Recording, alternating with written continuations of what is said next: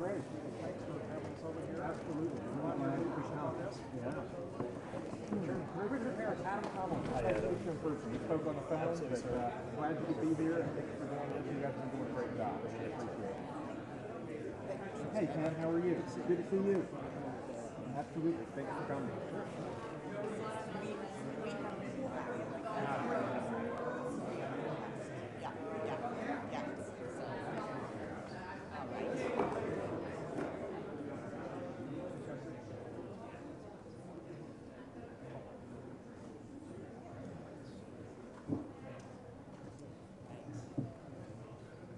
Hey, Dwight.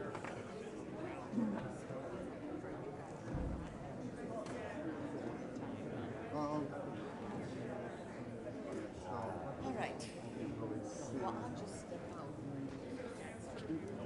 Senator, nice to see you. But it's off, right? Thank you. Good to see you again. With these guys.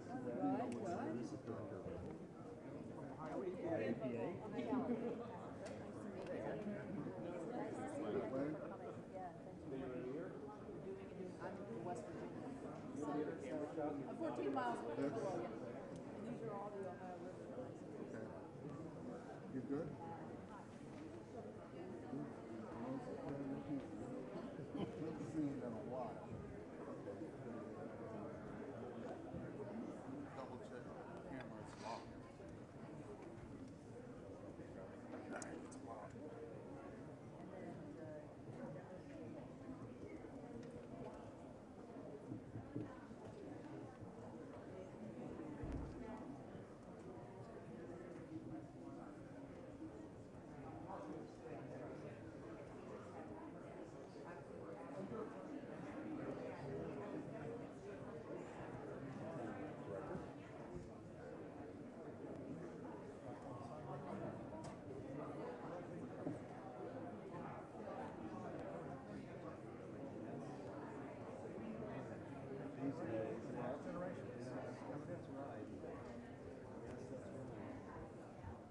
Senator, how are you? I just want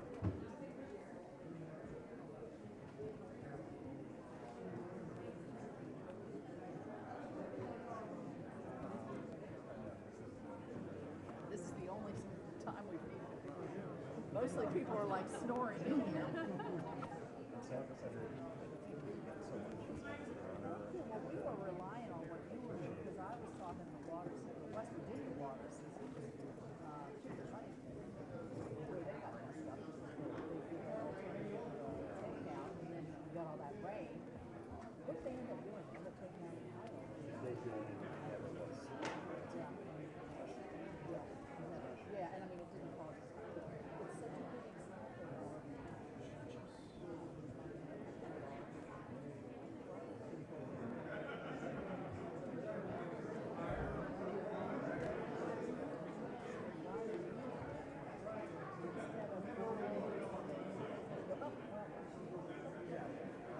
having lived with the water spill and all those things, like, you learn so much about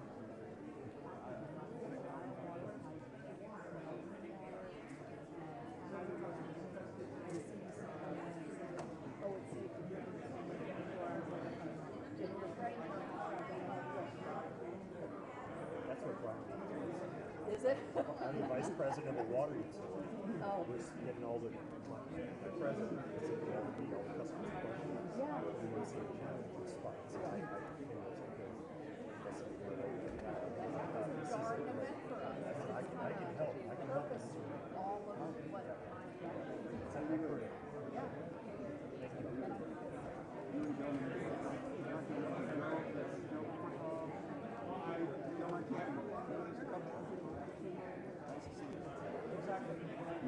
Richard Harris, it's a pleasure. West Virginia. Where with Orsanco? He's actually when he was born in Oh, really? yeah. Oh, my goodness.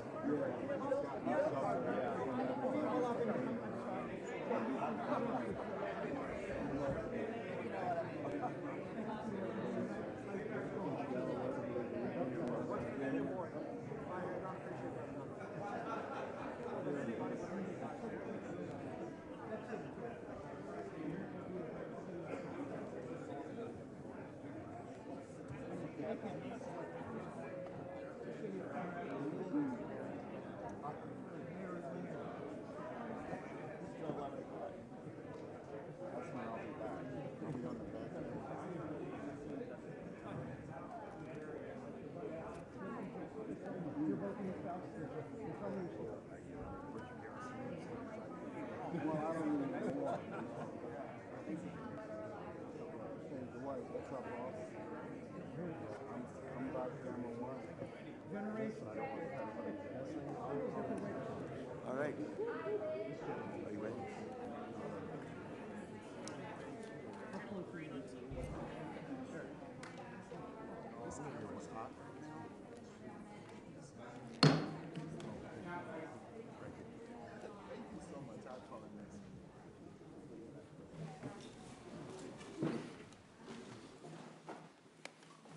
Well, good morning, everyone. Thank you all for joining us today for this important hearing. Ranking Member Capito and I thank all of our witnesses for joining us today as well, including our witnesses and colleagues from Ohio and Pennsylvania. We look forward to the testimony of each one of you. As we know, last month news broke about an environmental disaster caused by a Norfolk Southern train derailment near East Palestine, Ohio, less than a mile from the Pennsylvania border. We are here today to discuss that train derailment and subsequent hazardous chemical release, which led to a controlled burn of dangerous chemicals and the mandatory evacuation of some 2,000 people. This tragic incident is a reminder of the importance of following the golden rule and treating other people the way we would like to be treated if we were in their shoes. Today's hearing is an opportunity to put ourselves in the shoes of those impacted by this disaster, examine the immediate response, and ensure long-term accountability for the cleanup efforts. It's our responsibility in Congress to answer, one, what went wrong, two, what do we need to do to fix it, what do we need to do to make sure it never happens again. Every so often, environmental disaster in our country underscores our responsibility to protect public health and our environment. In 1969, I recall seeing news coverage of a train spark that ignited the polluted Cuyahoga River near Cleveland, Ohio, just north of Ohio State, where I was a Navy ROTC midshipman a year earlier.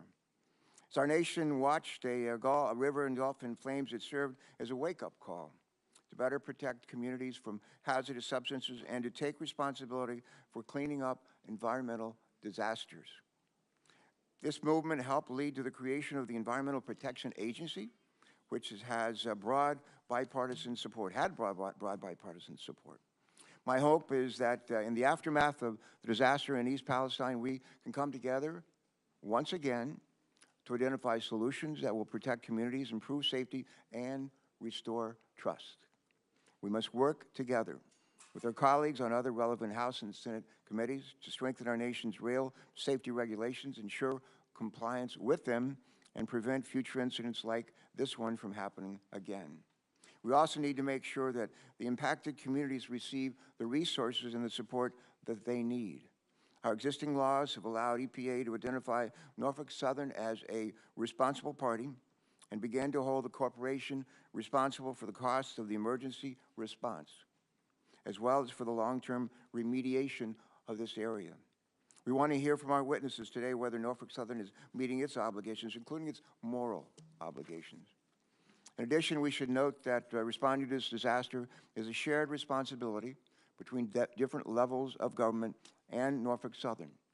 And it is imperative for us to ensure that the agencies tasked with responding to disasters like this have the necessary resources that they need to ensure the safety of the air that people breathe, the water they drink, and the soil they use on which to grow crops. It's worth noting that the Biden administration has been on the ground from day one. As we'll hear today, the EPA, working alongside state and local partners, arrived in East Palestine within hours after the derailment and has maintained a presence ever since. In fact, Administrator Regan has visited the area, I'm told, some 3 times already and expects to go back for more. In the wake of the chemical releases, these government entities have worked tirelessly to install air and groundwater monitoring systems, as well as sample the water in the air for toxics and oversee the removal of contaminated soil.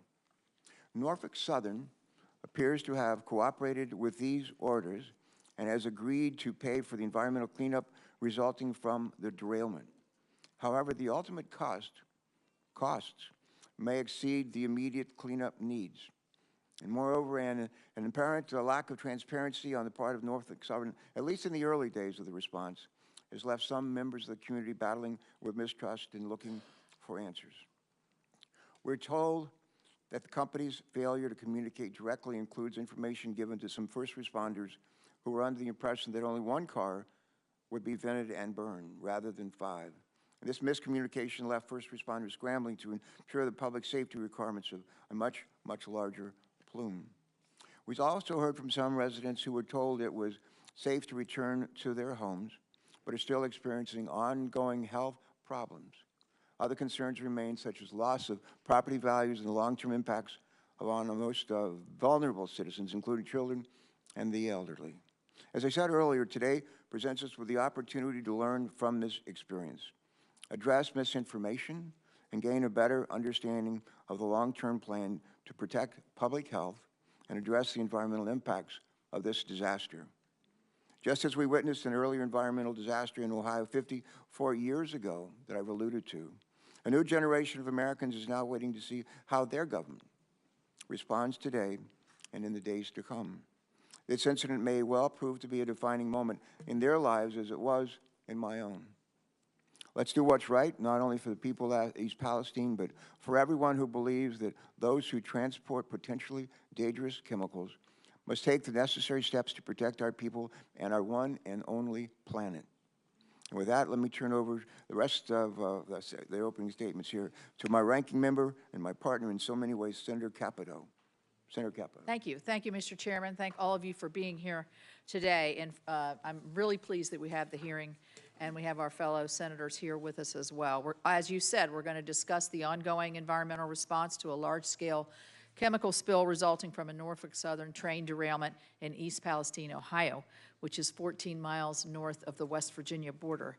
Before we go any further, I would like to take this opportunity to thank the emergency responders who were on the scene and less than an hour after the incident was reported and are continuing today to work diligently on our cleanup efforts. Thank you all so much. These kinds of accidents are some of the toughest days for them because these men and women, these are their neighbors. These, in some cases, they're relatives and certainly their hometown friends. So it weighs on all of us here. This catastrophe upended the lives of thousands of our constituents in states represented today. The residents of East Palestine and other impacted communities, including those in West Virginia, deserve the chance to hear publicly from those involved in and affected by the cleanup efforts. They need to know what progress has been made, the challenges that lay ahead, and what lessons can be learned to improve future responses. From day one, responders across all levels of government, as well as the private sector, have worked around the clock on monitoring and mitigation to keep the public and environment safe. I appreciate EPA and other relevant organizations for providing regular updates to Congress on the status of the response. However, I want to convey to all of you that the public deserved a better level of transparency and much, much sooner. A month after the accident, it's clear to me that EPA's risk communication strategy fell short. In the immediate aftermath of the incident, impacted communities were clamoring for answers. While we're well aware that monitoring efforts and response planning need to be sound, we need to understand why it took so long for the EPA to get accurate data to the public. This is especially true when organizations like the Ohio EPA and the Ohio River Valley Sanitation Commission, better known as Orsanco, both represented on our panel today, managed to provide data and safety information to the public quicker. That even includes they were distributing EPA data faster than the agency itself was willing to, not only with the public, but also during briefings and conversations with the affected congressional offices. In the absence of adequate transparency to the public, that just opens up a gap for social media, armchair citizen scientists, and political pundits on both sides to fuel false narratives that have further undermined that public confidence in the response to the derailment. With each week passing, the confusion seemed to grow. Even after weeks of repeated air, soil, and water monitoring have shown levels of the implicated contaminants of magnitude well below the ATSDR and EPA levels of concern in the air and water, the initial delays in messaging and response has meant that the residents still do not trust these results enough to feel safe. And trust is essential in these situations. That has been made worse, I think, by a lot of the misinformation that we've seen. You can't address fear and mistrust by pointing residents to an EPA website filled with fact sheets and press releases. Risk communications needs to be done in a clear but compassionate, relatable manner right down there where it's happening. So why did it take weeks for the EPA administrator to drink the water he repeatedly told residents was safe? Why did it take almost a month to establish a response center and go door to door to East Palestine families concerned? As a result of early missteps, I believe that we need to keep moving forward here. This committee must get to the bottom of whether EPA has some of the authorities for some of the actions that it's taken on the removal and whether they are serving the best interests of our constituents. So how will EPA approving every shovelful of dirt that is moved benefit safety or expedite the process? These are the questions I'm going to have. How and why is EPA prohibiting contaminated soil and water from leaving the state of Ohio for into qualified destruction facilities? How's that going to improve outcomes? I'm concerned that at least one of the Ohio facilities EPA is now activating for this purpose has a history of Clean Air Act violations and may not be able to sufficiently destroy contaminated soils in a way that assures communities may not be further impacted by emissions resulting from incomplete incineration. So, the EPA has been slow to respond to some of our office's inquiries on the use of PFAS firefighting foams in combating the fire, nor explaining how residues from those foams may be responsible for some of the purported pollution that has made the rounds. The EPA could have also made abundantly clear that Norfolk Southern would be completely liable and that no expense would be spared in the cleanup efforts. That's required by the law. Instead, it took weeks for the average American not well versed in the nuances of CERCLA, which is the act that covers this, to receive that assurance. Mr. Shaw from Norfolk Southern will be on our panel, and I look forward to hearing from you on what Norfolk Southern is doing to make things right. But as you know, and as you've stated in your statement, your company will pay for the harm that it has caused and is paying. It will pay for the initial cleanup and likely pay again when the lawsuits from the myriad harms caused begin to come in, though how much will be a matter for the courts. Culpability in this incident and the liabilities that will result are clearly defined in the statutes known as CERCLA, and the liabilities for Norfolk Southern under CERCLA are among the broadest and strictest in any federal law. Before Congress considers any changes to existing laws, we must better understand what has gone wrong with this response so far and what can be done better in the future, but also what went right.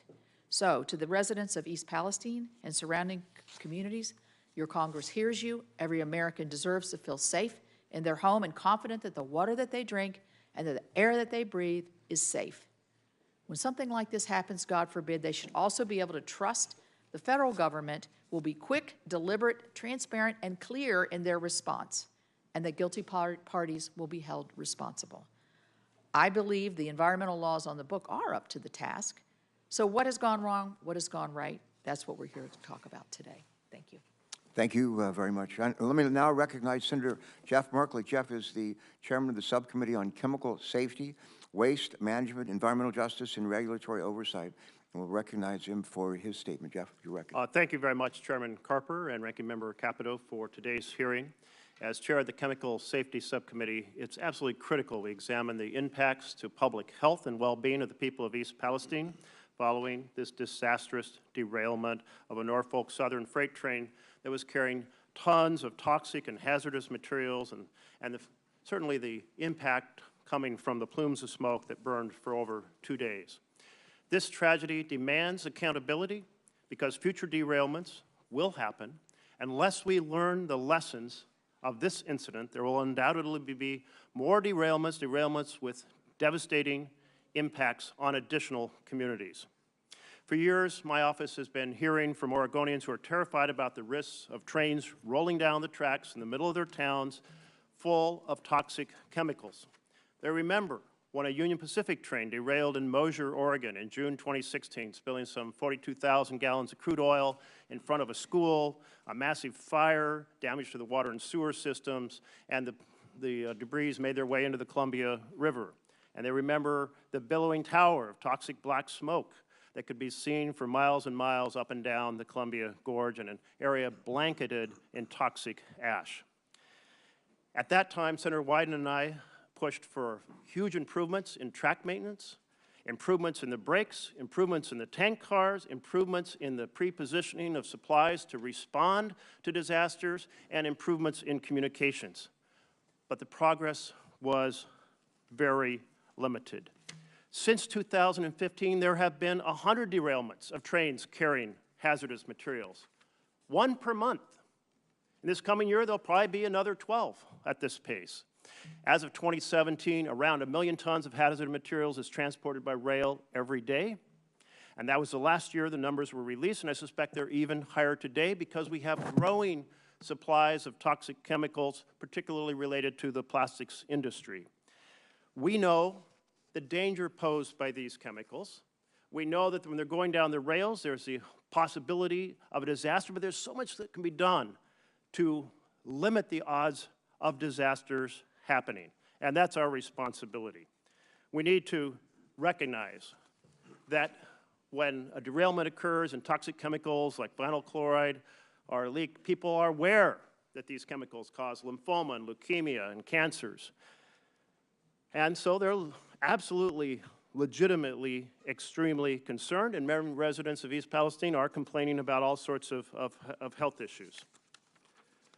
So let's have this hearing today be an opportunity for us to examine not just the response, but how to prevent these derailments in the future, the type of investments that are required so that future communities are not terrorized by these derailments that are happening at a pace of once per month.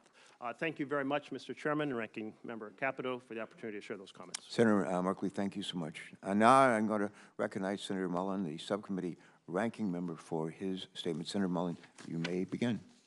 Thank you, Mr. Chairman.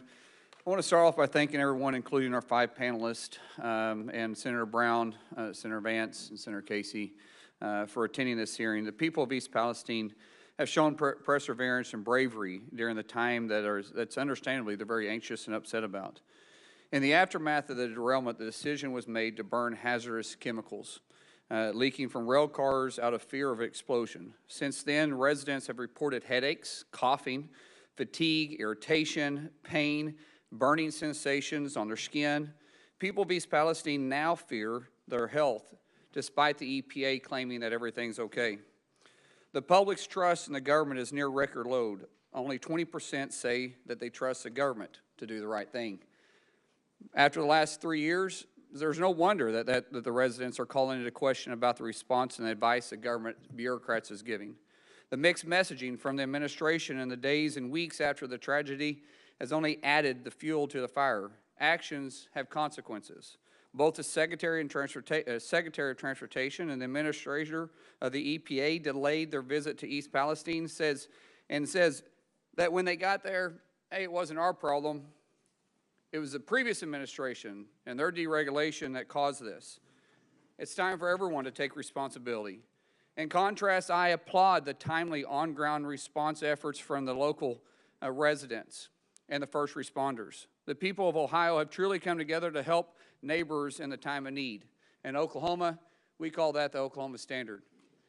Moving forward, today's hearing allows us and allows witnesses to provide much-needed clarity and assurance to the public. We need to know how to prevent tragedies like this from happening again. We need to know what caused it. There are serious questions that need to be addressed, such as the states that toxic waste is being shipped to, how long the chemicals were setting in the cars, if the bearings were appropriately re-inspected, why were all 5 cars burned instead of just the one, why the administration and Norfolk failed to provide accurate and timely information to local authorities, and finally, what are we going to do about the town moving forward? The residents understandably do not feel safe, and we need a plan to put their lives back together. I expect our witnesses to transparently discuss these issues so we can prevent accidents like this from occurring in the future. Leaders take responsibilities. They don't point fingers and dodge responsibilities. The people of East Palestine need to see the administration and Norfolk take responsibility and show results. I yield back. Thanks very much for that comment. Before we turn to our colleagues who joined us for today, I want to just ask unanimous consent, if I could, to submit for the record a statement on behalf of our EPW colleague, Senator John Fetterman of Pennsylvania, who cannot be with us here today. For my colleagues, I'd just like to quote a couple of lines from Mr. Fetterman, Senator Fetterman's testimony, and here's what he says. He said, I'm working with my colleagues across both state and party lines to fight for the forgotten people of Pennsylvania and Ohio, hold Norfolk Southern responsible for the damage that they've caused, and prevent similar disasters from happening in the future. I'd specifically like to thank my colleagues from Ohio, Senator Sherrod Brown and Senator J.D. Vance, for being great partners with Senator Bob Casey and myself throughout this process. Senator Fetterman later states in his testimony, and I quote, "My hope is that we answer this disaster caused by egregious negligence from Norfolk Southern with real policy solutions that will hold Norfolk Southern and other similar companies accountable while making American families safer in the future." I believe that the legislation introduced last week is a great step. And I look forward to getting some answers today and continue to work with my colleagues to get Pennsylvanians and Ohio's alike the resources that they need. And that's his statement. We thank him for it. We now turn to our colleagues who joined us here today. First, I want to recognize Senator Bob Casey. Senator Casey from Pennsylvania, you're welcome to proceed when you are ready. Please proceed. Thank you, Chairman Carper, Ranking Member Capito, and members of the committee for holding today's hearing. I'm grateful to provide some testimony. I'm also grateful that I'm running ahead of both of my colleagues, Senator Brown and Senator Vance, because of my chairmanship of the Aging Committee, which is we're starting a hearing rather soon, so I appreciate their indulgence. I do want to thank both Senator Brown, Senator Vance, and Senator Fetterman for working with us and others on this bill. Representative DeLuzio of Pennsylvania as well has worked on this in the House, I know, with others. And I wanted to start from the Pennsylvania side of this. Darlington Township, Pennsylvania, Beaver County, right on the Ohio border. As many of you know, the derailment occurred just literally feet away from the Pennsylvania border. And I know you'll hear today from Eric Brewer, who's the Director of Emergency Services and Chief of Hazardous Materials Response from Beaver County, and I'm grateful for his testimony. I'll just quote maybe three people. That's all I'll do in the interest of brevity. The first is Police Officer Dan Frederick about his experiences on the ground that night, and I'm quoting him. As a first responder, particularly as a police officer, we all know and understand the risks that come with our line of work. However, we usually know or have an idea of when something or someone can kill us. When I left my two boys and wife to respond to the quote, hot zone, I was expecting to be informed of exactly what was on the train and the potential health hazards. To say I was scared the night of the derailment is an understatement, unquote. I've also heard from residents about their fear of long-term health impacts and the safety of their families and communities moving forward.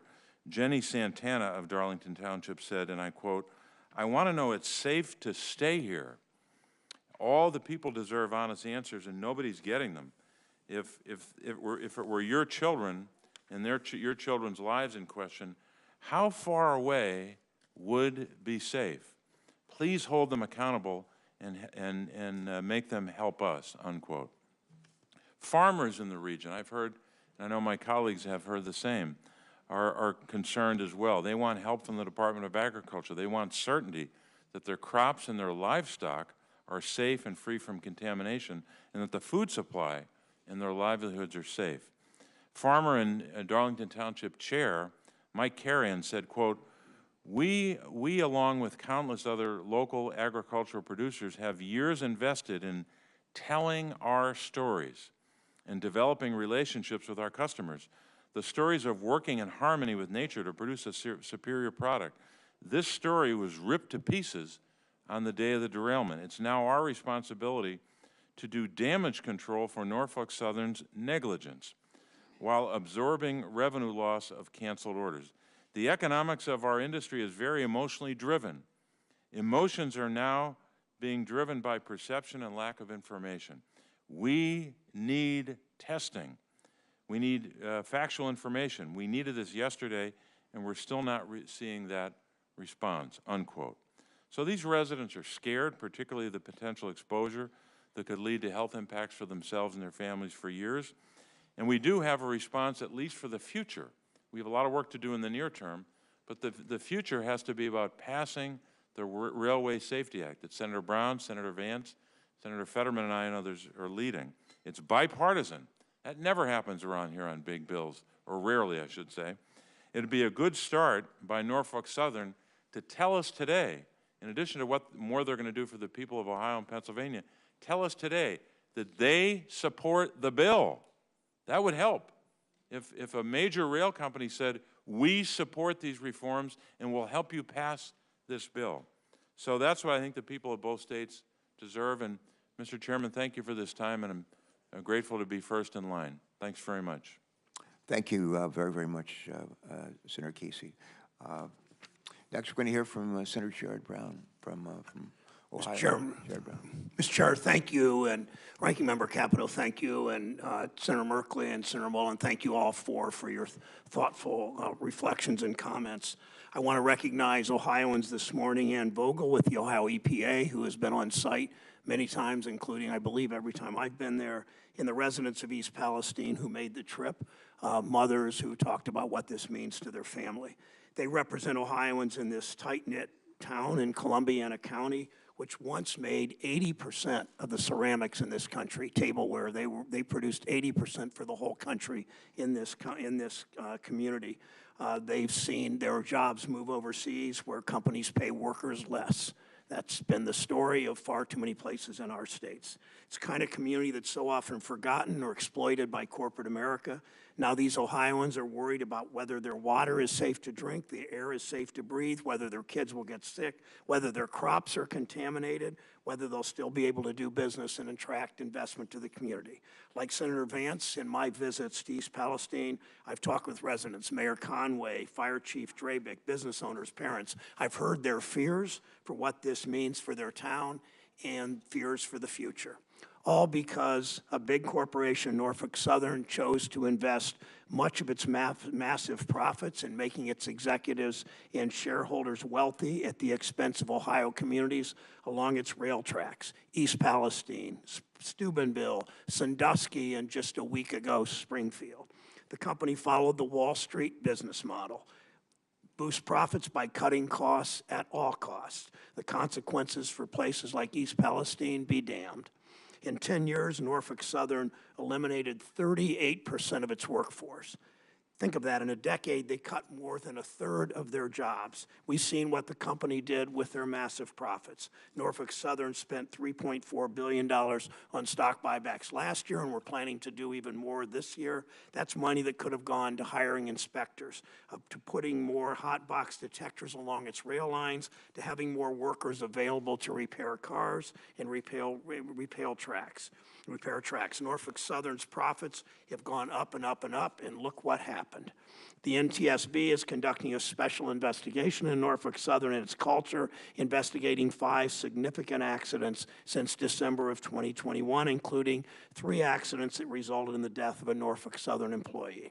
If Norfolk Southern had paid a little more attention to safety and a little less attention to its profits, it cared a little more about the Ohioans along its tracks and a little less about its executives and shareholders, these accidents would not have been as bad or maybe not happened at all. Just this week in Cleveland, a Norfolk Southern conductor and BLT union member was killed on the job. Lewis Schuster was the proud father of a 16-year-old son. It's Norfolk Southern's responsibility to keep its workers safe on the job, but this company has failed to do its job over and over and over. When I talk with Ohioans about what they want to see from this company in response to the disaster in East Palestine, I hear 2 things. First, Norfolk Southern must pay the money for every cent of the cleanup, as you've all said. Every water test, every hotel room, every bottle of water, every hospital bill. If an Ohioan comes down sick, Ohioan is sick because of the contaminants, next week, next year, for the next several years. We know this company can afford it. My colleague, Senator Vance, and I, and our Ohio delegation, members of both parties, have come together to make these demands of Norfolk Southern. Today, Ohioans expect to hear a firm commitment from this company's CEO that it will pay whatever it costs for as long as it takes to make this community whole. Second, Ohioans want assurances, as I think you all do, that this will not happen again. They have every right to be scared. On Saturday evening, just a month after the company's disaster in East Palestine, another Norfolk Southern train derailed in Springfield, Ohio. This time, the cars that derailed weren't carrying hazardous chemicals, but other cars on that 200-plus car train were. The only thing that saved Ohioans from another disaster was luck, but we need more than that. It's why Senator Vance and I have come together to introduce our Bipartisan Railway Safety Act to make trains safer as they go through community after community. It shouldn't take a train derailment for elected officials to put partisanship aside and work together for the people whom we serve, not corporations like Norfolk Southern. Lobbyists for the rail companies have spent years fighting every effort to strengthen rules to make our trains and our rail lines safer. Now Ohioans are paying the price. If this company is serious in its commitment to preventing more East Palestines in Ohio and across the country, I hope today that Mr. Shaw, as Senator Casey said so emphatically, I hope today Mr. Shaw will endorse our common sense bipartisan plan. Senator Vance and I come from different parties, different philosophies, but on this we've come together for the people of our state, and I appreciate his work on this. The response to this crisis has been far too partisan, as Senator Mullen said. Today is an opportunity to change that. Senator Vance and I are listening to the same Ohioans in this community. We both made numerous trips there, people who feel like they have no way to stand up to a company like Norfolk Southern and are worried about what will happen when the cameras pack up and leave that Columbiana County community. These communities have been abandoned too many times before. My job, our job, is to hear their voice and to demand corporate accountability to bring this town back to the vibrant community we know that it can be again. Thank you, Mr. Chair. Thank you, Senator Brown. And lastly, we want to recognize Senator J. D. Vance. Senator Vance, you may begin.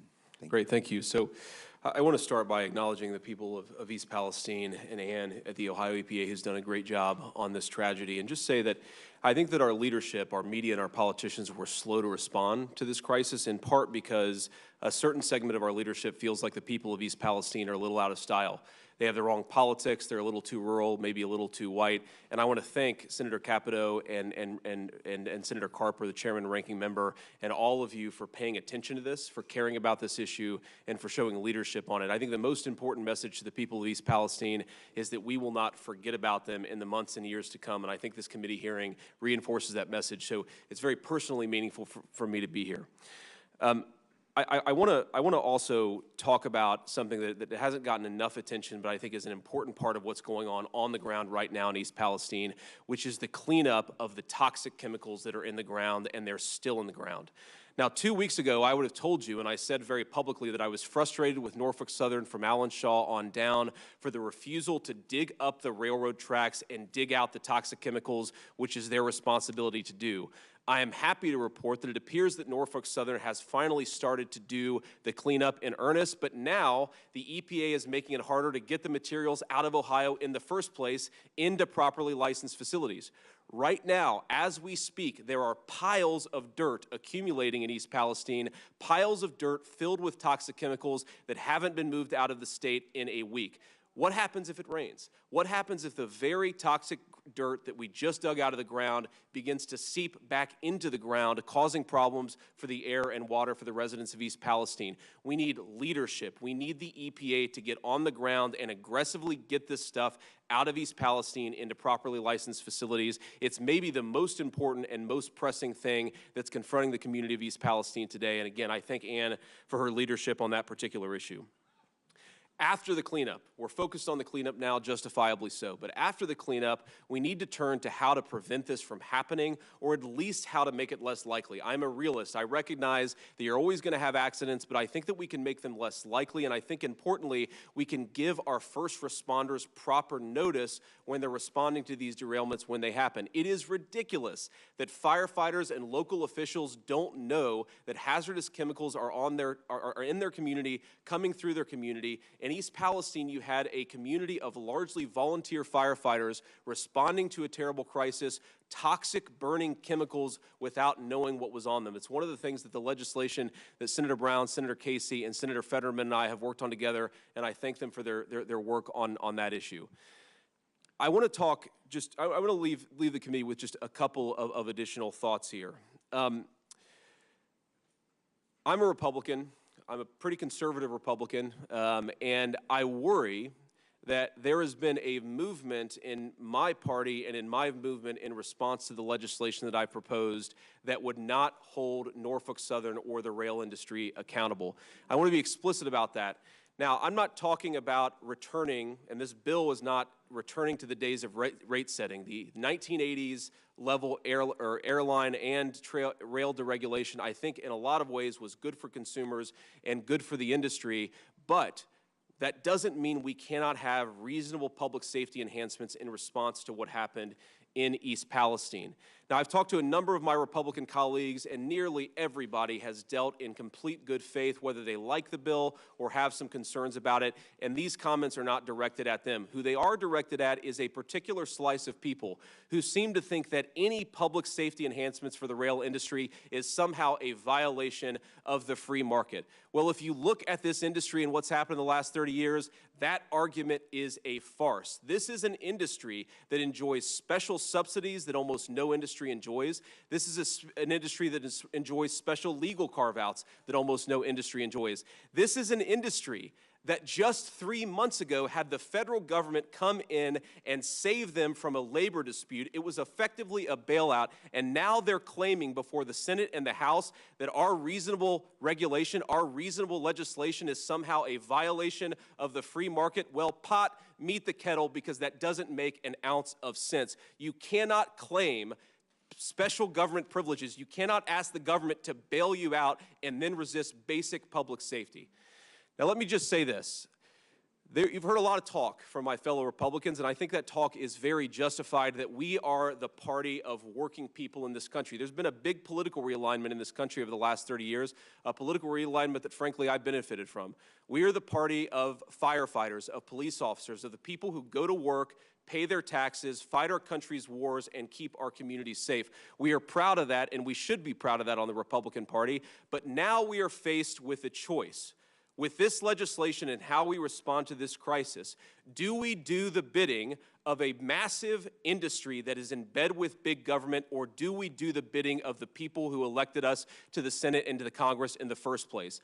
I believe that we are the party of working people, but it's time to be the party of working people. We have a choice. Are we for big business and big government, or are we for the people of East Palestine? It's a time for choosing. Let's make the right one. Thank you very, very much, Senator Vance. Thank you, Senator Brown. My colleagues on this committee have heard me say more than a few times, bipartisan solutions are lasting solutions. And I'm encouraged that there's a bipartisan spirit that's afoot here, and I would urge you to continue to grow that, and we'll try to kindle support for it as well. With that having been said, we're going to recognize our next panel of witnesses. And I want to call the second panel of witnesses to come forward. And our first witness will be Mr. Shaw.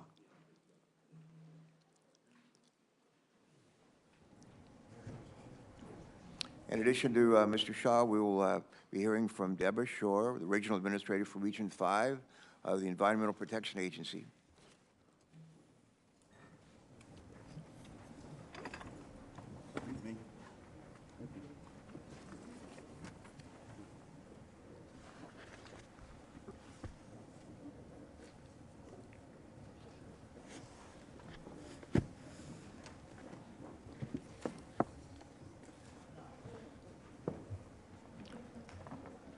Well, good morning, one and all. I think I've had a chance to welcome you individually and personally, and we appreciate very much not only your presence here, but your willingness to share your thoughts and ideas with us as we try to make right a terrible wrong.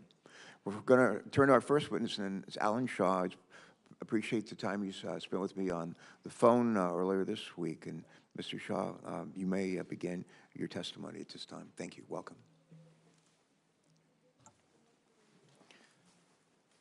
Good morning, Chairman Carper, Ranking Member Capito, and distinguished members of the committee.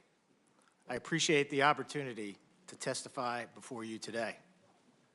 My name is Alan Shaw, and I've been President and CEO of Norfolk Southern since May of 2022. I want to begin today by expressing how deeply sorry I am for the impact this derailment has had on the residents of East Palestine and the surrounding communities.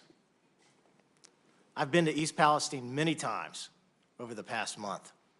I've talked with the leaders, the business owners, the school officials, the clergy, and others throughout the community.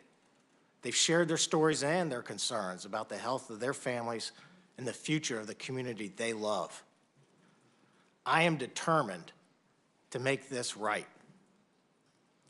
Norfolk Southern will clean the site safely, thoroughly, and with urgency. You have my personal commitment. Norfolk Southern will get the job done and help East Palestine thrive.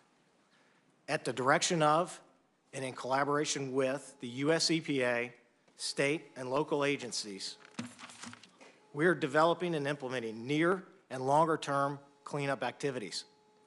Air and water monitoring have been in place continuously since the accident, and to date, it consistently indicated that the air is safe to breathe and the water is safe to drink. In terms of community support, we have announced direct investments of over $21 million. We have provided support to more than 4,400 families through Norfolk Southern's Family Assistance Center. We established a $1 million fund available immediately to community leaders who will identify where donations can do the most good for East Palestine. We committed $7.5 million to Pennsylvania for a community relief fund, and we are reimbursing Pennsylvania emergency responders and health and environmental agencies for costs related to the derailment. All of this is just a down payment. We recently signed a lease for a more permanent space in East Palestine. I asked one of our frontline railroaders who lives in East Palestine to take on a new role as a full-time liaison, reporting directly to my office.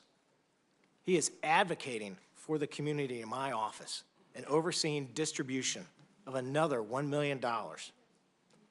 We will be in the community for as long as it takes. To be clear, there are no strings attached to our assistance. If residents have a concern, we want them to come talk to us. Our website, nsmakingitright.com, provides the latest information and details on how to reach us. We have been cooperating fully with the NTSB's investigation into the cause of the derailment. The preliminary report found that the Norfolk Southern crew was operating the train below the speed limit and in an approved manner. Yet it is clear the safety mechanisms in place were not enough. As the NTSB continues its work, we are not waiting to act. Shortly after the derailment, I instructed my team to look at steps we could take to improve safety immediately. And we have announced a number of initiatives to do just that. These steps are just the start, and we look forward to working with policymakers and industry on others. We're also going to make our safety culture the best in the industry. The events of the last month are not who we are as a company. When I began my tenure as CEO 10 months ago, I spent hours in crew rooms all over our 22-state network, thanking our frontline railroaders and asking them for their advice. They are proud of the important work they do for the U.S. economy and take safety seriously. I'm going to make sure they've got the right training, the right processes, the right equipment, and the right technology. You have my commitment on that. Since becoming CEO, I have dedicated our company to charting a new course in the industry. I intend to continue working with industry stakeholders, including railcar owners, lessors, shippers, and other railroads, to make industry-wide safety improvements. It's going to take all of us, and Norfolk Southern is eager to lead that effort. Today, I'm proud to represent more than 19,700 Norfolk Southern employees who work every day to offer a safe and efficient means of transporting goods to businesses and families across our great country. When Norfolk Southern is successful, it is because our craft railroaders are getting the job done for our customers and the U.S. economy. Thank you again for the opportunity to appear before you today. I look forward to your questions. Mr. Shaw, thanks very much for joining us today. Thank you for that statement, again, for the time you spent with me on the phone recently. Next, we're pleased to welcome Debra Shore, Deb, the Regional Administrator for Region 5, the United States Environmental Protection Agency. Ms. Shore, you're welcome to begin. Some things have been suggested that the EPA maybe hasn't done everything as well as they could have done, should have done.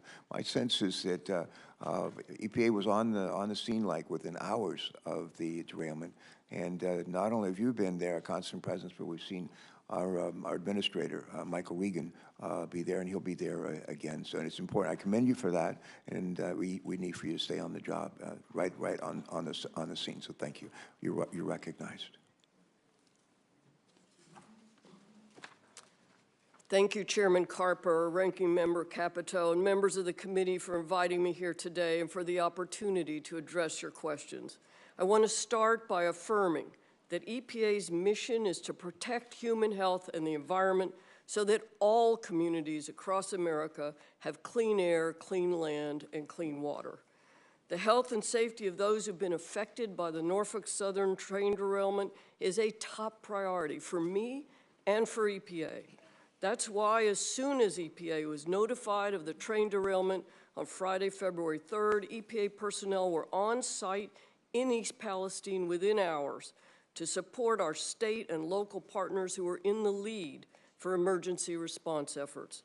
Every day since, EPA has been boots on the ground, working in a bipartisan manner across all levels of government to help this community. I've personally been in East Palestine listening to residents and have heard how devastating this derailment has been. They are understandably worried and some are scared. And every time a train whistle blows, they're reminded of the trauma inflicted upon them by Norfolk Southern.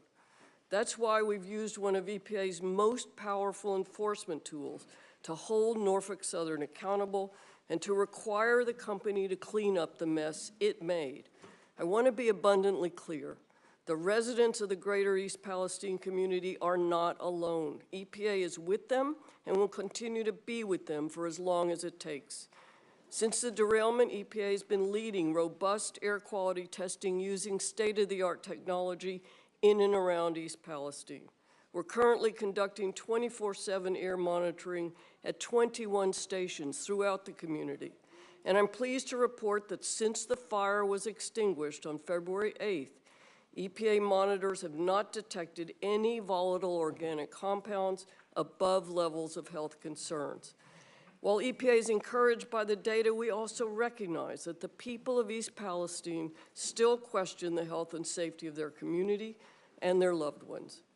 In response, EPA has been assisting with indoor air screenings for homes through a voluntary program offered to residents to provide them with information and help restore their peace of mind.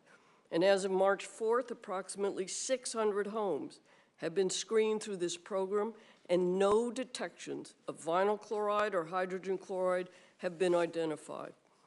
On the water side, Ohio EPA, in partnership with the Pennsylvania Department of Environmental Protection, local health agencies, and public water systems, continues to lead water sampling efforts, with EPA providing support. What I've described so far summarizes EPA's ongoing efforts to protect the health and safety of those living in East Palestine, as well as in the surrounding areas of Ohio and Pennsylvania in the aftermath of this disaster. Now let me turn to how EPA is holding Norfolk Southern accountable. On February 21st, we issued a unilateral administrative order to Norfolk Southern, which includes a number of directives to identify and clean up contaminated soil and water resources, to attend and participate in public meetings at EPA's request, and to post information online, to pay for EPA's costs for work performed under this order. EPA is overseeing Norfolk Southern's cleanup work to ensure it's done to EPA's specifications. The work plans will outline all steps necessary to clean up the environmental damage caused by the derailment. And most importantly, if the company fails to complete any of the EPA-ordered actions, the agency will immediately step in, conduct the necessary work, and then force Norfolk Southern to pay triple the cost. EPA's order holds Norfolk Southern accountable and facilitates in the transition from the multi-agency emergency response phase to a longer-term cleanup phase. Throughout my 11 days spent on the ground in East Palestine, I've learned that it is a proud and resilient community. Those that live there and in the surrounding communities have roots that go back generations. We owe it to these people to restore these beautiful communities to the special places we know they hold dear. That's exactly what EPA is working to accomplish, all while continuing to work hand in hand with our partners at the local, state, and federal levels. Again, thank you for inviting me here today. I look forward to the dialogue and to answering your questions. Fine.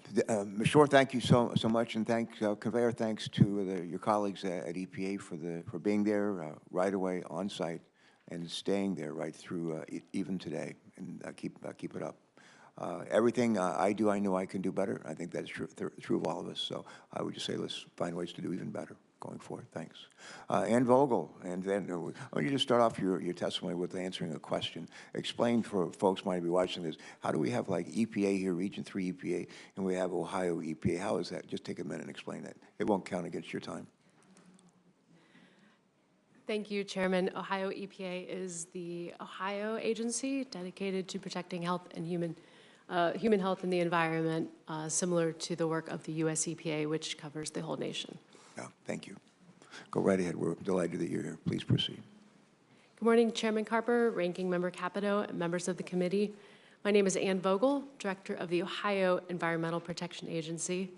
On behalf of Governor DeWine, Lieutenant Governor Houston, and the talented team that I am privileged to represent at the Ohio Environmental Protection Agency, I thank you for allowing me to share our ongoing efforts to protect human health and the environment in East Palestine, a community that I have called home for the past month. Governor DeWine has been to the village regularly to reassure the community that while this is Norfolk Southern's train, their wreck, and their mess, the entire apparatus of state government has been mobilized to assist as East Palestine begins to recover from this traumatic experience. More than a dozen cabinet officials have spent time in East Palestine assessing short-term and long-term needs, answering questions, and standing up support operations such as the free health clinic in town. Ohio EPA has a dedicated team of experts, the Emergency Response Team, with a combined 150 years of experience in environmental emergency management that responded to the derailment within 1 hour of being notified by the railroad. By 12:25 a.m. on February 4th, Ohio EPA was on the scene and immediately began the work of containing the release of chemicals into the nearby Sulphur Run. We have worked around the clock since that day to oversee removal of the gross contamination from the creeks in the immediate derailment area. Ohio EPA's oversight also includes ensuring the safety of residents served by the municipal water system in East Palestine. In the days immediately after the derailment, and now continuing on a weekly basis, the municipal wells are tested for a broad array of chemicals, and all lab reports have indicated that the public water system is safe. There have been no detections of contamination related to the derailment. I'm happy to answer any questions you have about Ohio EPA's response, but what I want to make sure that each of you here, along with the village of Palestine, is that the commitment to stay in East Palestine as long as it takes are not empty words. We live there. The work of Ohio EPA to restore the environment in East Palestine is just beginning. The emergency phase will continue as long as obvious, known contamination remains. For example, we have a large presence on the ground right now as contaminated soil under the tracks is excavated. The investigation phase is also underway. Our oversight of Norfolk Southern's work plans, along with our federal partners, for things like soil testing, for track removal and replacement, for water sampling, will make sure that Norfolk Southern is taking all the right steps to remediate and protect East Palestine from potential long-term hazards.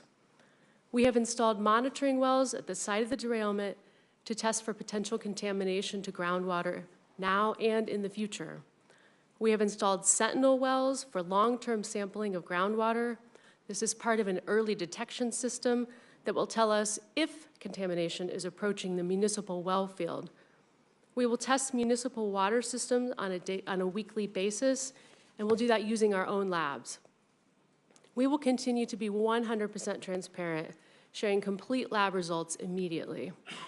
We will attend open houses and town halls and be present in the community, answering questions and refuting misinformation with facts. The data that we collect from each sample, each test, each observation informs the next step that we will take along the path to long-term full remediation. You and your constituents have many of the same questions that I hear from residents of East Palestine every day. How long will we test the water? How long until the fish come back? Can I play in the yard and eat out of my garden? How or when will we know if the damage to our village is worse than we thought or even irreparable? These are legitimate questions, and I am committed to finding answers. I can promise East Palestine that Governor DeWine, his administration, and the whole team at the Ohio EPA will not stop until the science definitively shows that the residents of East Palestine are safe in their community. Again, I thank you for the opportunity to be here today, and I look forward to answering your questions. Thanks very much, Ms. Vogel. Please convey our best to Mike DeWine, who used to serve here, and we're governors and congressmen together as well. Thank you, sir. For some people who are watching this, joining us from across the country, they may be wondering why we have an EPA Region 3 affiliate. The EPA has 10 regional regions that they operate in that they're responsible for. One of them is here represented today for Ohio. The Delaware and West Virginia are in Region 3. That's in Pennsylvania. So the three of us are all Region 3. Every state has a state agency that focuses on environmental protection. In Delaware, it's the Department of Natural Resources and Environmental Control. In Ohio, where I spent a lot of years of my life as a kid, it's EPA Ohio. So we're delighted that you're here and representing the governor in the state. Next, we're going to hear from Mr. Richard Harrison, the Executive Director and Chief Engineer for the Ohio River Valley Water Sanitation Commission, or Orsanco. I'm not real big on acronyms, so tell us, before you even start your testimony, Mr. Harrison, tell us what is Orsanco, so anybody happens to be catching this on the television across the country says, oh, okay, I understand that. We are an interstate commission, sir, and we represent 8 states within the Ohio River Basin, and we work on protecting the water quality, the water uses of the interstate waters of the basin. We've been here about 75 years doing this great work. All right. Have you been there for all those 75? Probably not. Almost. All right. No. All right. Thank you. Go right ahead, Mr. Harris. Thank you. Thanks for joining us. Good morning, Chairman Carper, Ranking Member Capito, and members of the committee. My name is Richard Harrison, Executive Director and Chief Engineer of the Ohio River Valley Water Sanitation Commission, we're known as Orsanco. We're an interstate commission that carries out our compact signed by 8 states: Illinois, Indiana, Kentucky, New York, Ohio, Pennsylvania, Virginia, and West Virginia, with approval by the United States Congress and participation by the federal government. Since an inception in 1948, Orsanco has worked to improve and protect the water quality of the interstate waters of the Ohio River Basin. I appreciate the opportunity to testify before this committee today regarding Orsanco's efforts as part of an exceptional partnership to respond to the East Palestine train derailment and downstream impact on the Ohio River. Orsanco Complex specifies the protection of the interstate waters of the Ohio River Basin as a safe and suitable public and industrial water supply after reasonable treatment. This is a critical service that Orsanco provides to the 30 Ohio River surface drinking water utilities to supply the millions of customers that rely on them for safe drinking water. Orsanco's ability to excel in this type of response is only possible through the combined efforts of our partners, including the Ohio River Drinking Water Utilities, our member states and governors, the United States EPA, the United States Army Corps of Engineers, and other federal partners. I must highlight Ohio Governor DeWine, the Ohio Environmental Protection Agency, and US EPA Region 5 for their on-scene leadership in this particular response. And the Greater Cincinnati Water Works, GCWW, who provided critical laboratory analysis for numerous samples on a 24/7 basis. Orsanco has an extraordinary team of 22 professionals and a total annual budget of $3.9 million. This is below our 2003 budget level. I'm very proud of the strong value our organization provides to our many partners that was most recently demonstrated through our successful response to the diluted chemical spill remnants of this event that reached the Ohio River. The foundation of our chemical response is our staff's coordination with our partners, utilizing Orsanco's organic detection system, ODS. The ODS includes 16 scientific laboratory instruments owned and operated by Orsanco, and then on scene operated by the Ohio River drinking water utilities themselves. This system provided the early warning that chemicals from the derailment had reached the Ohio River. The ODS has subsequently provided over 40,000 screening level test results for 30 volatile organic chemicals. Over 130 special samples of the Ohio River were collected by my scientists and analyzed by Greater Cincinnati Water Works Laboratory. The proximity of the leading edge of the diluted spill remnants was tracked by Orsanco's time of travel computer model and confirmed by daily sampling completed by our scientists. This information proved invaluable to our partners.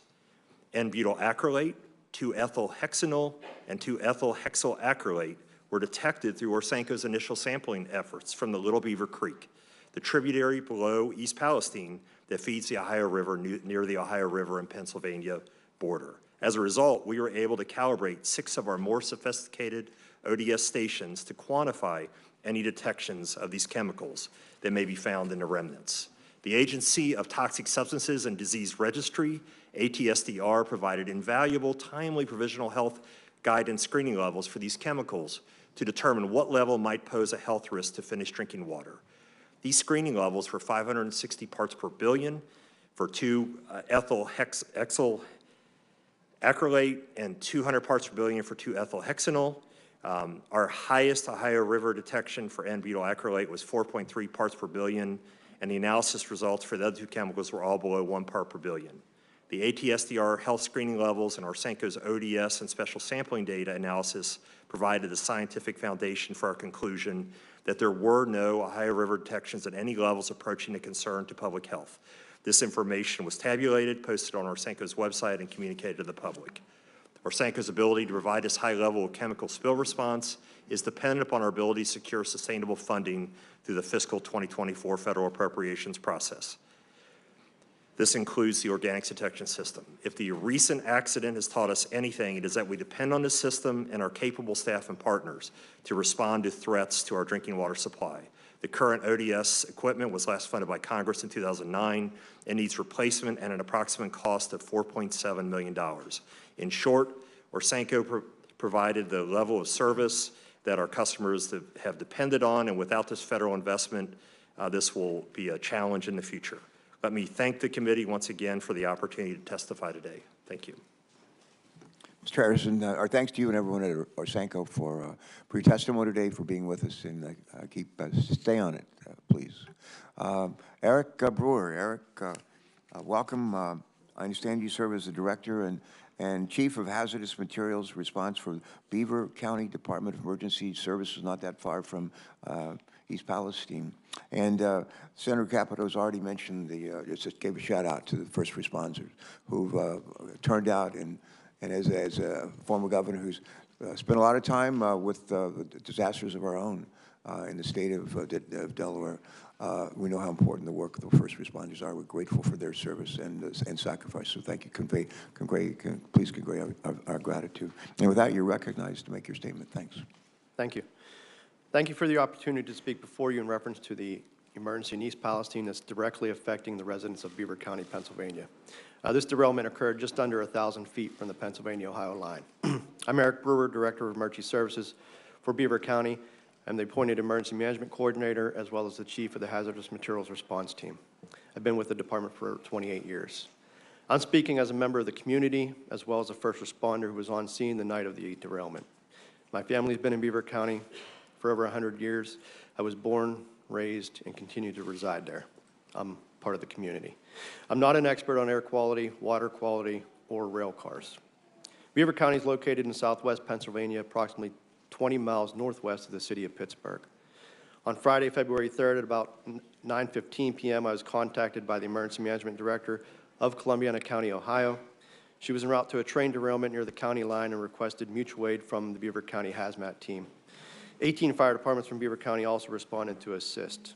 We arrived at the command post about 10:15, which was set up at the Leak Oil gas station. On arrival, there was active fire among several rail cars. Our mission was to obtain the train consist and start to research the contents of the tank cars. Norfolk Southern Hazmat personnel and contractors arrived on scene shortly after 11 p.m. At around midnight, after research of the contents, it was decided to shut down fire operations and move firefighters out of the immediate area and to let the tank cars burn. This is not an unusual decision. This decision was made primarily by Norfolk Southern Hazmat coordinator as well as their contractor. And based on that initial information, we decided to initiate a 1-mile shelter in place from an intersection just east of Leak Oil. This put the 1-mile radius just into Beaver County. That fire eventually burned out Sunday morning. Sunday evening, we received a call from Columbiana County EMA and advised us the railroad officials were concerned about one of the tank cars starting to heat up. There was a possibility of explosion, and that we should consider a 1-mile evacuation. Ohio officials notified us that the 1-mile radius would now be from the Leak Oil address. This would add additional residents from Beaver County in the 1-mile evacuation zone. Darlington Township officials went door to door, as well as using a mass notification system to advise the residents of the 1-mile recommended evacuation. It was stressed that this was a recommendation as we could not force residents from their homes. Social media posts began to circulate stating that arrests would be made if people refused to leave during the evacuation. Let me be clear, this was not the case in Pennsylvania, as this was not a mandatory evacuation. Monday morning, we assembled at the Emergency Operations Center in East Palestine. We learned that Norfolk Southern wanted to do a controlled detonation of the tank car in question. We were assured this was the safest way to mitigate the problem. During one of those planning meetings, we learned from Norfolk Southern that they now wanted to do the controlled detonation on 5 of the tank cars rather than just the 1. This changed the entire plan, as it would now impact a much larger area. I think this confusion was probably a result of the lack of communication from Norfolk Southern and the fact that they weren't present during these planning meetings. The governors of Ohio and Pennsylvania made it clear to Norfolk Southern that they needed to communicate better. After more planning, the controlled detonation eventually occurred around 4:40 p.m. Most of the area concerned in Beaver County is rural and uses well water. There's no municipal water system in that area. Since the Monday of the controlled detonations, we fielded thousands of calls from concerned citizens wanting to know if they can drink the water, feed their livestock, and if the air is good. I continue to get asked about how prepared areas are for a train derailment. Emergency management consists of several phases, and one of those is preparedness. The goal of preparedness is to lessen the impact of a disaster, not prevent it.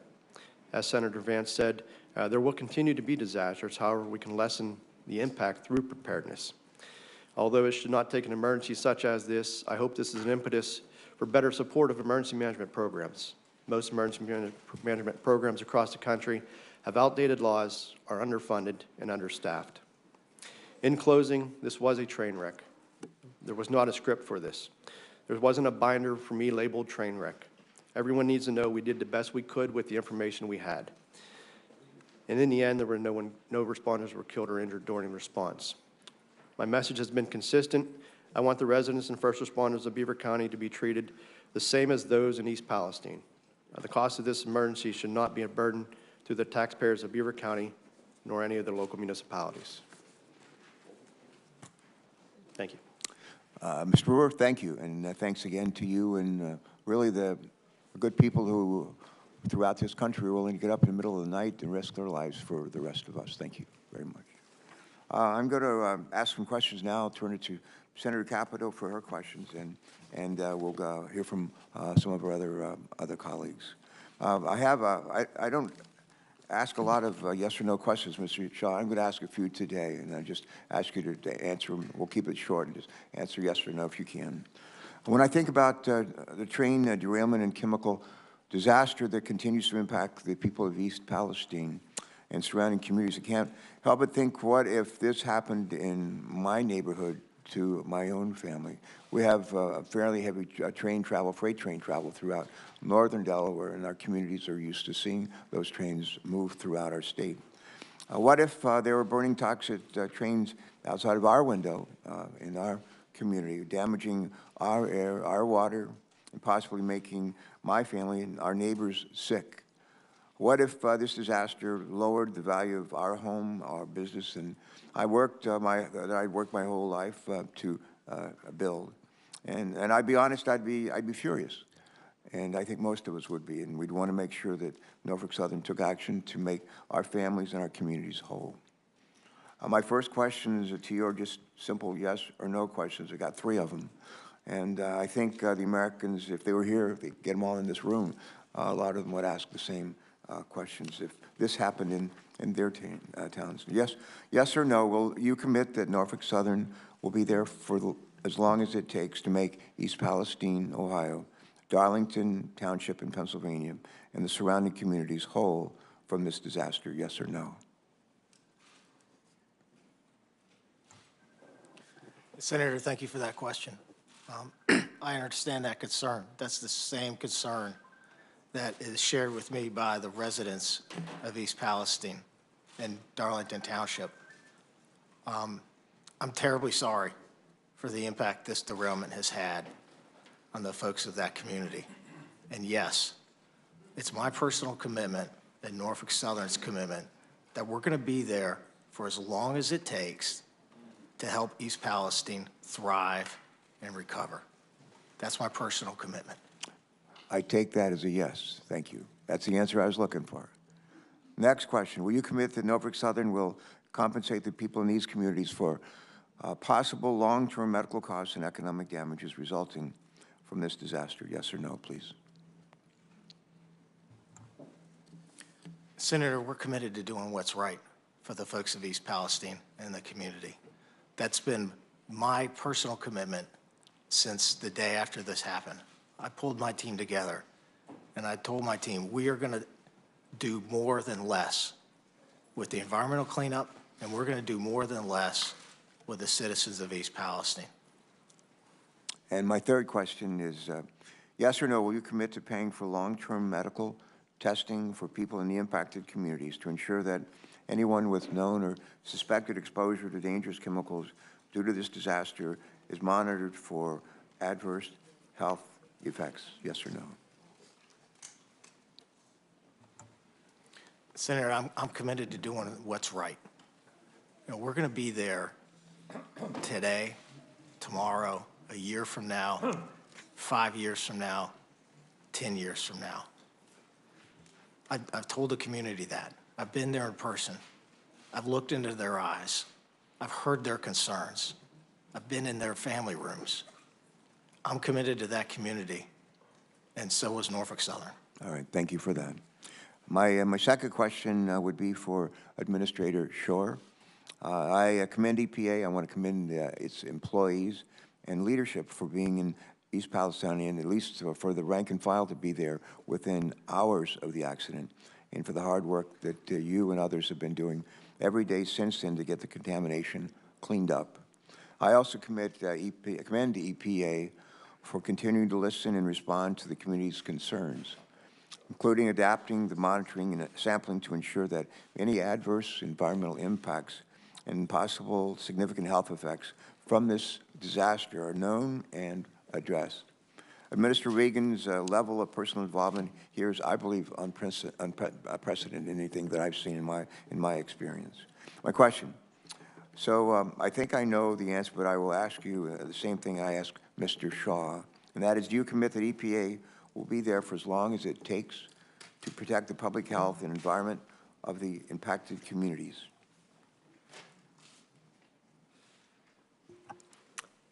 Thank you, Senator Carper. Yes, EPA is committed to continue to work with our partners in the community and make sure they have the support that they need and deserve. EPA will be on the ground as long as it takes. All right, thank you. My last question that I will ask is Director Vogel, to you and to Mr. Brewer. Before this hearing, I had the opportunity to speak with several of the officials involved in the response to this incident, including governors of Ohio and Pennsylvania. Governor Shapiro shared with me a letter that he had sent to Norfolk Southern on February 14, 2023. The letter asserts that Norfolk Southern did not communicate well with state and local agencies in the early days of the response, which led to confusion as well as concerns that alternative options for safely removing the chemicals were not adequately considered. In your experience, did you receive the information that you needed for Norfolk Southern to adequately make decisions relating to protecting public health and safety? Were there any gaps in communications from Norfolk Southern to responding agencies in the first 72 hours of the derailment that may have contributed to distrust within the impacted communities? And if so, has Norfolk Southern satisfactorily addressed any such communications gaps since that time? Ms. Vogel. Mr. Chairman, thank you for your question. I do believe there were quite a few gaps in communication and missteps in the very early hours of following the derailment. I do believe that those gaps in communication have been addressed. I believe the teams are working well together on the ground today. But yes, things could have been handled better in the beginning hours. All right, thank you. Mr. Brewer, same question. Were there any gaps in communications from Norfolk Southern to responding agencies in the first 72 hours or so of the derailment that may have contributed to distress within the impacted communities? And if so, has Norfolk Southern satisfactorily addressed such communications gaps since that time? Thank you. The boots on the ground crews were great to work with. It seems as bosses or management gets there, that's where the communication failures start. And that's probably why we're here today. The decision to go from the 1 tank car to the 5 was jaw-dropping.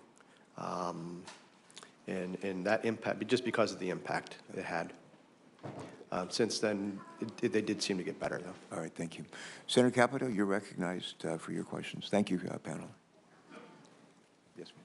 Thank you. Thank you all for being here, and thank you for your testimony. It's my understanding, this is sort of a table-setting question here, that no one, not the EPA, not the state, not Norfolk Southern, has been making these cleanup decisions in a vacuum, that instead a unified command group of these entities and experts have all had input into these major decisions.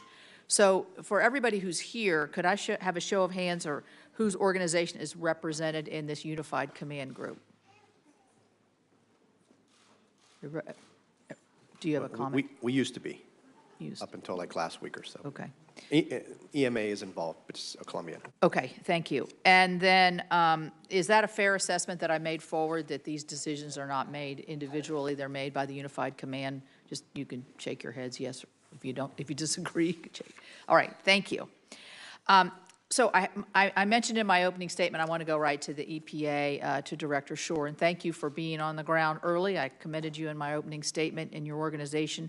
I understand that, and this may be something we get into a little bit later. You got Region 5, Region 3, so you within 1,000, what was it, 1,000 feet of Pennsylvania.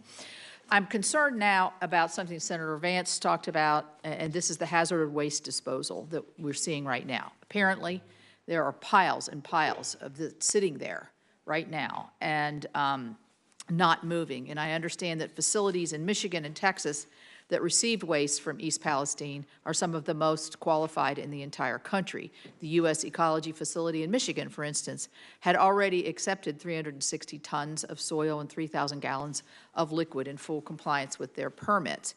The EPA has stopped. They have failed to give us an answer on what legal authority you used to stop those trucks at the gates of the facility that had already been accepting large volumes of waste. You said in your statement that this is great news because it means the cleanup can continue at a rapid pace. If it's still sitting there, I would say that's a contrarian kind of, that's in opposition of what we're seeing.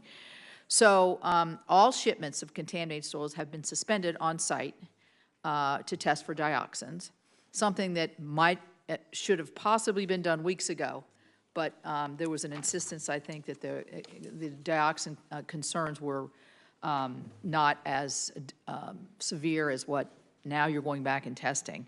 So let me be clear, this is just, it goes to this whole mixed messages of what's going on here. So help me understand why you have delaying this cleanup efforts, why the piles are still piling up, because you know, anytime you get there, it disturbs not just the chemicals, but it brings the odor, and then here comes the lack of trust right back down onto the community. And so could you help me with this? Is it true that most of the remaining contaminated soil is still sitting there in East Palestine? And when are you going to get it out of there, and where are you going to take it? Or I know you're not doing it. Norfolk Southern's doing it. Go ahead. Yeah. Senator Capito, thank you for that. First, I want to thank you for acknowledging the heroic efforts of all the emergency responders who were on the scene within hours, including EPA on-scene coordinators from both Region 3 and Region 5. And I have them at the front of mine every day, and thanks for acknowledging their efforts. Let me report that waste is moving off-site, even as recently as yesterday and today. Where is it going? Where is it going from this site? To a number of facilities that are EPA approved, that have the capacity to receive the waste, that have contracts with Norfolk Southern, and that have gone through our due diligence and a compliance review, which is necessary once federal EPA issued the order and assumed authority for the cleanup work from Ohio EPA. And we did pause to conduct that necessary due diligence and compliance review, because then all the facilities fell under the CERCLA regulations. Norfolk Southern engages facilities wherever they may be to accept solid and liquid waste. It's EPA's responsibility to ensure that the safeguards are in place for that waste in the loading, transport, and unloading, to make sure that they're compliant with our regulations, and to make sure that they have the capacity to take the waste. I can share some good news with you that the results from the dioxin testing that Indiana requested came in yesterday, and they're very low levels. So we expect waste to be moving perhaps as soon as today to other facilities. No option is off the table. Okay, so I'd like to see a list of the facilities, and I'd also like to ask, just quickly, if I can have just another minute, why did you wait a month before you started to order the dioxin testing when the community was asking for this? Was that a decision that you made early on, that it wasn't critical, or how was this decision made? Senator Capito, our air monitoring was searching for primary indicators, such as phosgene and hydrogen chloride, immediately during and after the burn. We detected very low levels, which very quickly went even down to non-detect. Without those primary indicators, it was a very low probability that dioxins would have been created. They are secondary byproducts of the burning of vinyl chloride.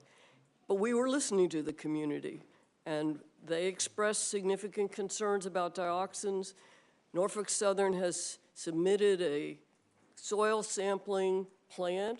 It's undergone review by the Unified Command, and our folks will be out sampling soils for dioxins. There's a meeting with agriculture representatives this afternoon. Yeah, well, thank you. I mean, the air issue is obviously 30 days late, is a little bit well past the time when the intensity might have been felt more. But thank you for your answers. Thank you. Thanks for those questions. And I'm now going to take a couple of minutes and ask a few questions that were submitted by Senator Fetterman, who can't join us today. But first question would be to with regards to railway safety, the bill that's been introduced by several of our colleagues who've spoken here earlier. And my first question is to Mr. Shaw. In light of the derailment in East Palestine and the subsequent derailment and train crash that both happened in the last week, the National Transportation Safety Board and the Federal Railroad Administration have both announced that they will be conducting investigations into the safety of your company. The U.S. Department of Transportation has called on Norfolk Southern to act urgently to improve your focus on safety. And additionally, I, along with Senators Brown, Casey, and Vance, have introduced a bill that would impose common sense measures to improve rail safety. And Senator Fetterman's question is this: will you commit to supporting the bipartisan Railway Safety Act and help restore the public's trust in your company? Go ahead.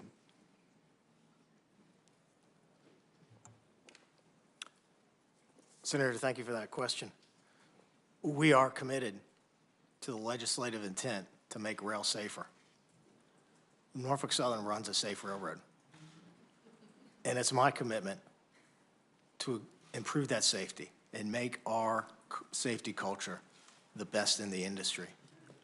Just last year, derailments on Norfolk Southern were the lowest they had been in the last 10 years. And our personal injury rate is amongst the lowest in the industry. As you and I spoke about yesterday, we can always get better. And that is my intent, is to continue to invest and continue to improve. All right, thank you. Let me say, as a follow-up from Senator Fetterman, he'd like for me to ask you, if you don't support the bill in its entirety, are there specific provisions of the Bipartisan Rail Safety Act that Norfolk Southern could support?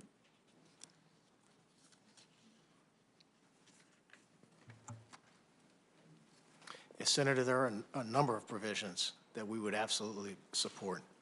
The rail industry has been in support of tighter tank car standards for a number of years, and I understand that's in the bill. We support more training and more funding for first responders. We support enhanced wayside detector technology.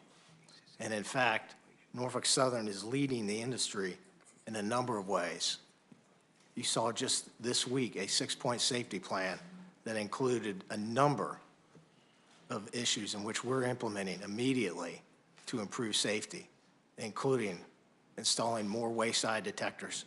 The first one was installed yesterday outside of East Palestine. All right, thank you. Another question for you, Mr. Shaw. One more question from Senator Fetterman.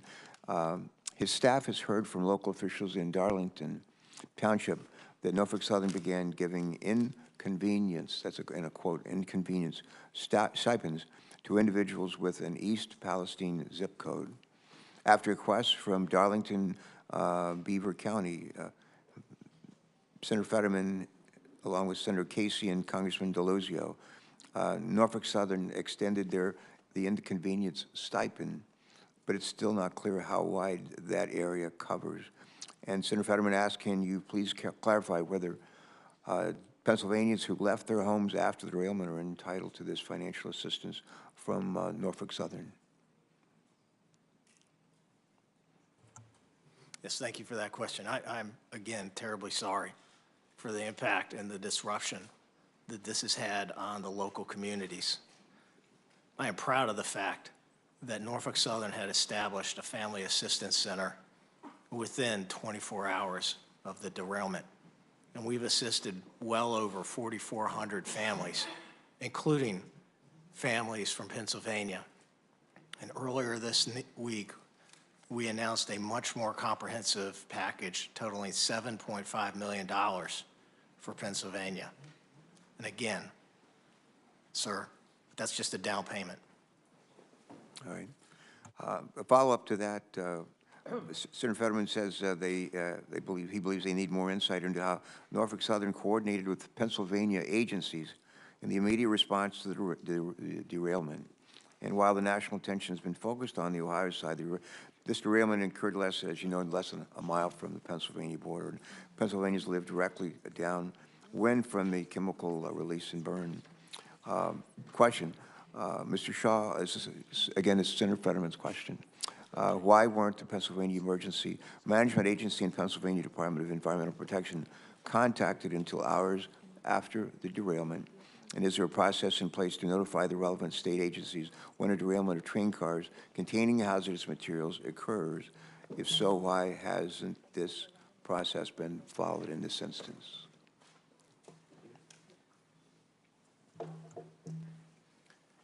Senator, the process that's established is part of the Department of Homeland Security presidential directive that was established in 2003. My understanding is Norfolk Southern immediately contacted the National Response Center, which then contacted applicable federal, state, and local authorities. All right. Now we're going to turn to Senator Mullen for his questions. Thank you, for those Chairman. responses. Thank you so much for being here. And I'm going to add to Senator Capito's question to Ms. Shaw, or to Ms. Shore. I'm going to ask Mr. Shaw, would you speak to the fact that the waste is being disposed at a facility 17 miles from East Palestine? I'm sorry, Senator, could you repeat the question? Well, we've got reports that East Liverpool in Ohio is receiving this waste from East Palestine that has been disposed of. Is that accurate? Senator, standing here today, I don't know if that's accurate as of this time. So do you know where the waste is going to then? It is, we're in the process of working with the EPA on a number of facilities. So we haven't identified where it's moving to yet. Senator, we're in the process of working with the EPA on a number of facilities that. I understand that. I get you're in the process, but we haven't identified a place for this to be removed to yet. Is that accurate? Senator, I want to make sure I give you the most accurate. I get that. Yeah, I'm just saying, is it accurate that we don't have a spot yet for it? Senator, we are moving some off-site. Where's it moving to?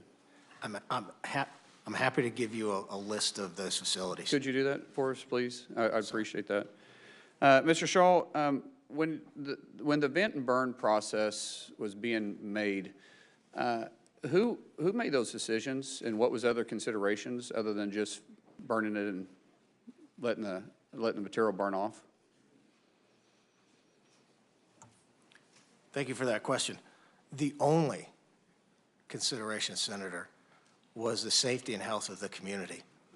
And that decision was made by Unified Command under the direction of the incident commander. Who's that? The incident commander was Fire Chief Drebeck. Norfolk Southern was a part of Unified Command. So who owns the car? Who actually owned the rail car or the material in it? The rail car in question are tank cars, of which no railroad owns. Okay, were they considered in this decision making?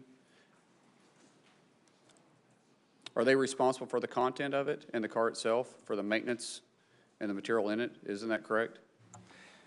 Senator, it's a privately owned rail car, and so the maintenance requirements for that rail car are between the rail car lessor and the customer, and those are private contracts. I'm not privy to But they're responsible for the content and the car, correct?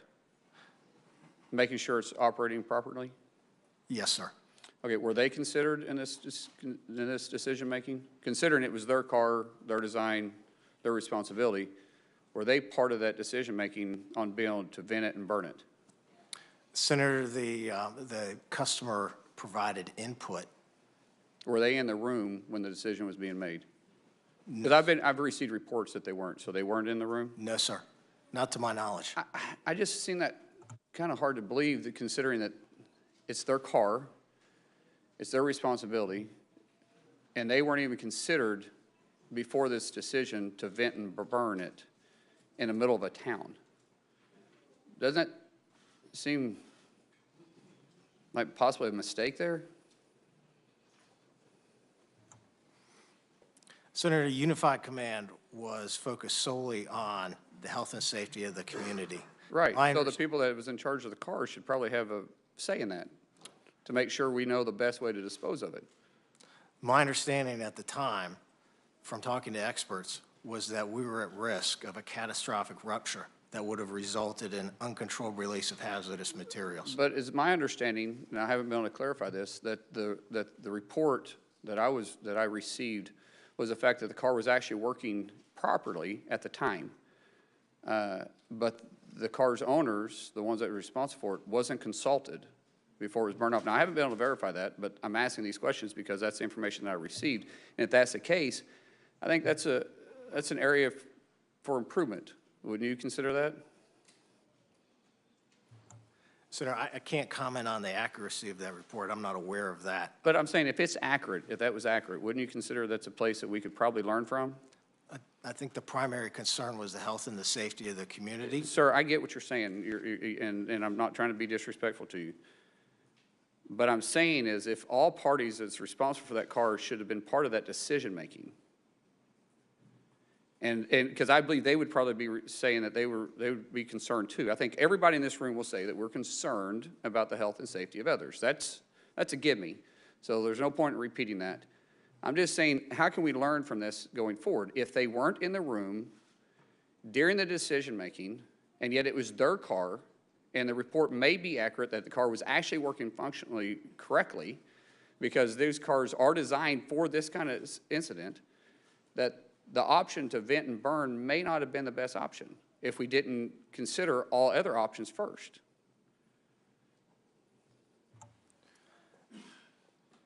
Senator, I understand that. The experts on the ground who were there were very concerned about the pressure in a car. Right. We also noted that other cars had been in a pool fire, and their unified command was aware that there was a concern for a catastrophic explosion that would shoot VCM gas and shrapnel. I hear you. We're just talking in circles here. Chairman, what I'm trying to get to is the fact that if this car was designed by someone else, and if this car was owned by somebody else, and the function of that car was designed by somebody else and was responsible by somebody else, then how do we know that the car wasn't working properly to begin with?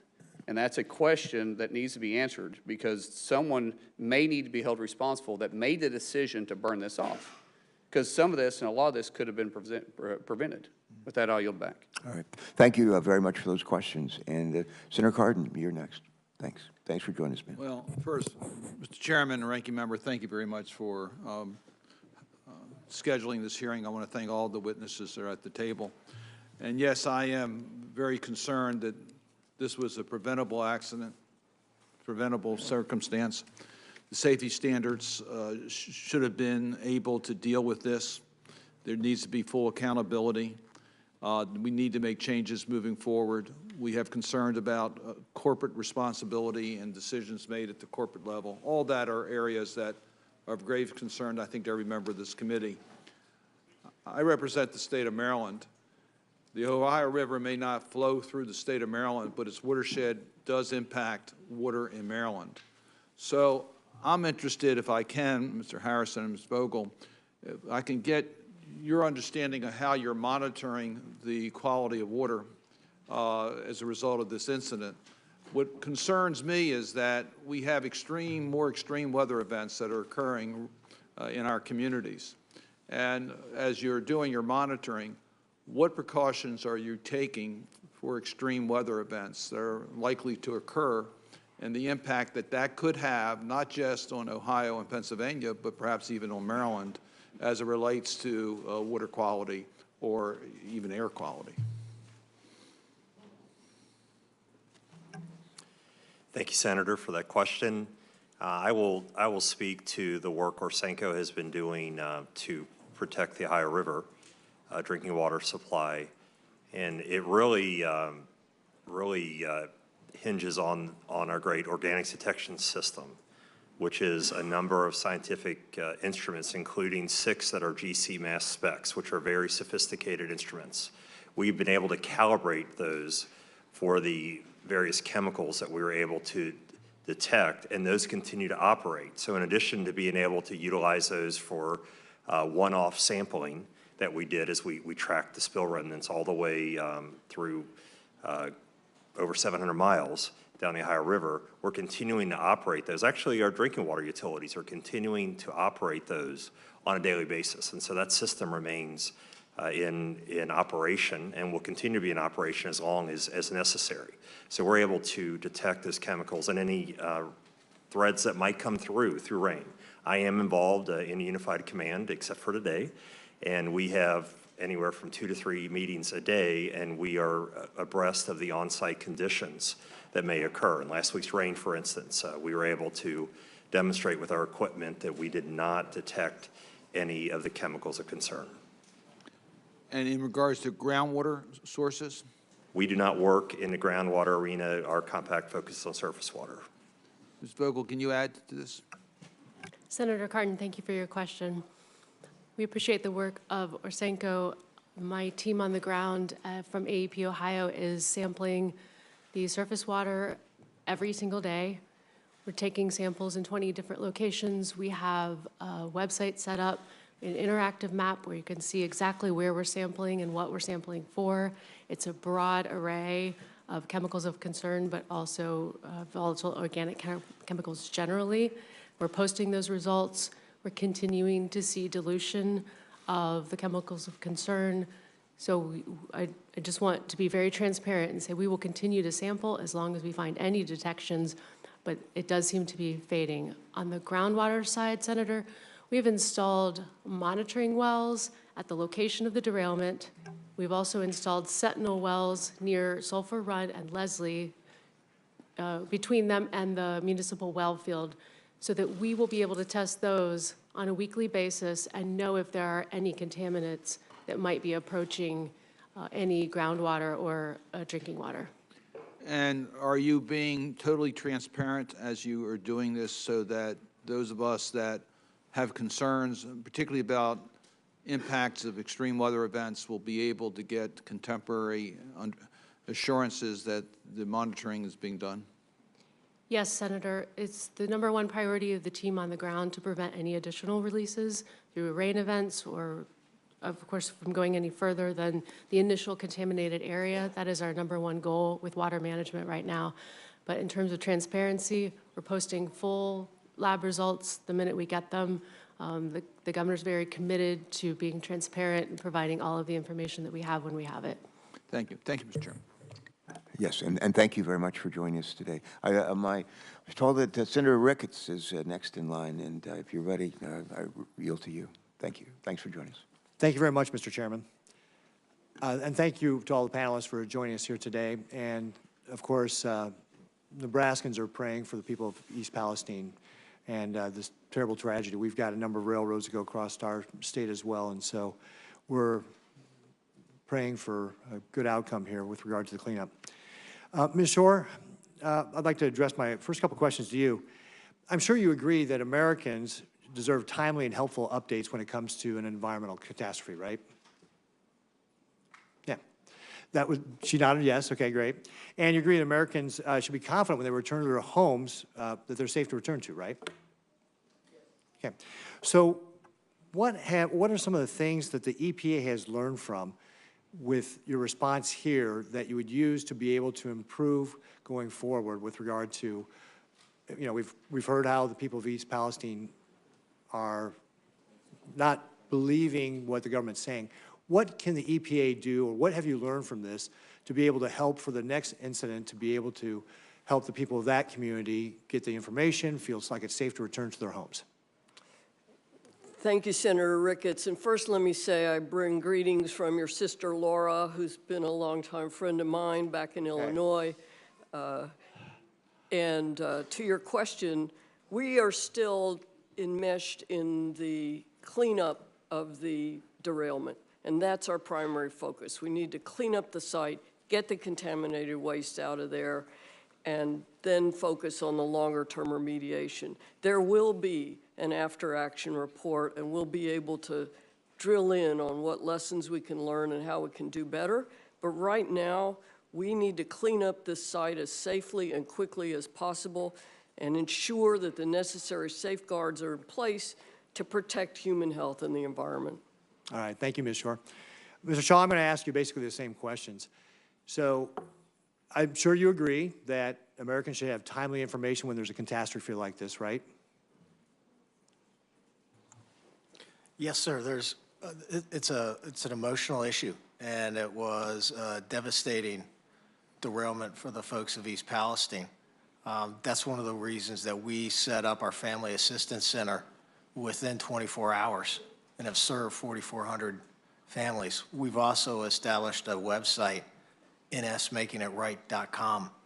That's based on feedback that I've gotten from the community as I've walked around and talked to people. They want more information, sir. Yeah.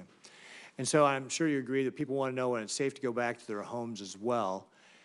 What has Norfolk Southern learned from this that would help them to be able to provide that information to people so that they can feel comfortable in going back into their homes and they're getting the proper information? in a timely way. What have you learned about what you would do differently going forward? You know, Senator, in the immediate aftermath of this derailment, we had air monitoring in place. We had water monitoring in place. We've been collaborating with the EPA. My understanding is all the tests have shown that the air is safe and the water is safe. Senator, to your point, when we set up our website, I asked the citizens of East Palestine for feedback. I asked them to tell me how we could make it better.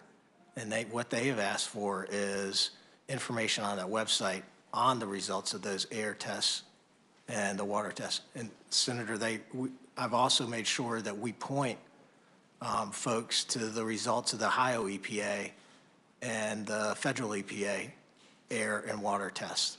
They're the experts, and we're here to support them. Mm-hmm. So is there anything in hindsight that you'd say, hey, we should have done this better when it comes to how we're communicating with the people of East Palestine?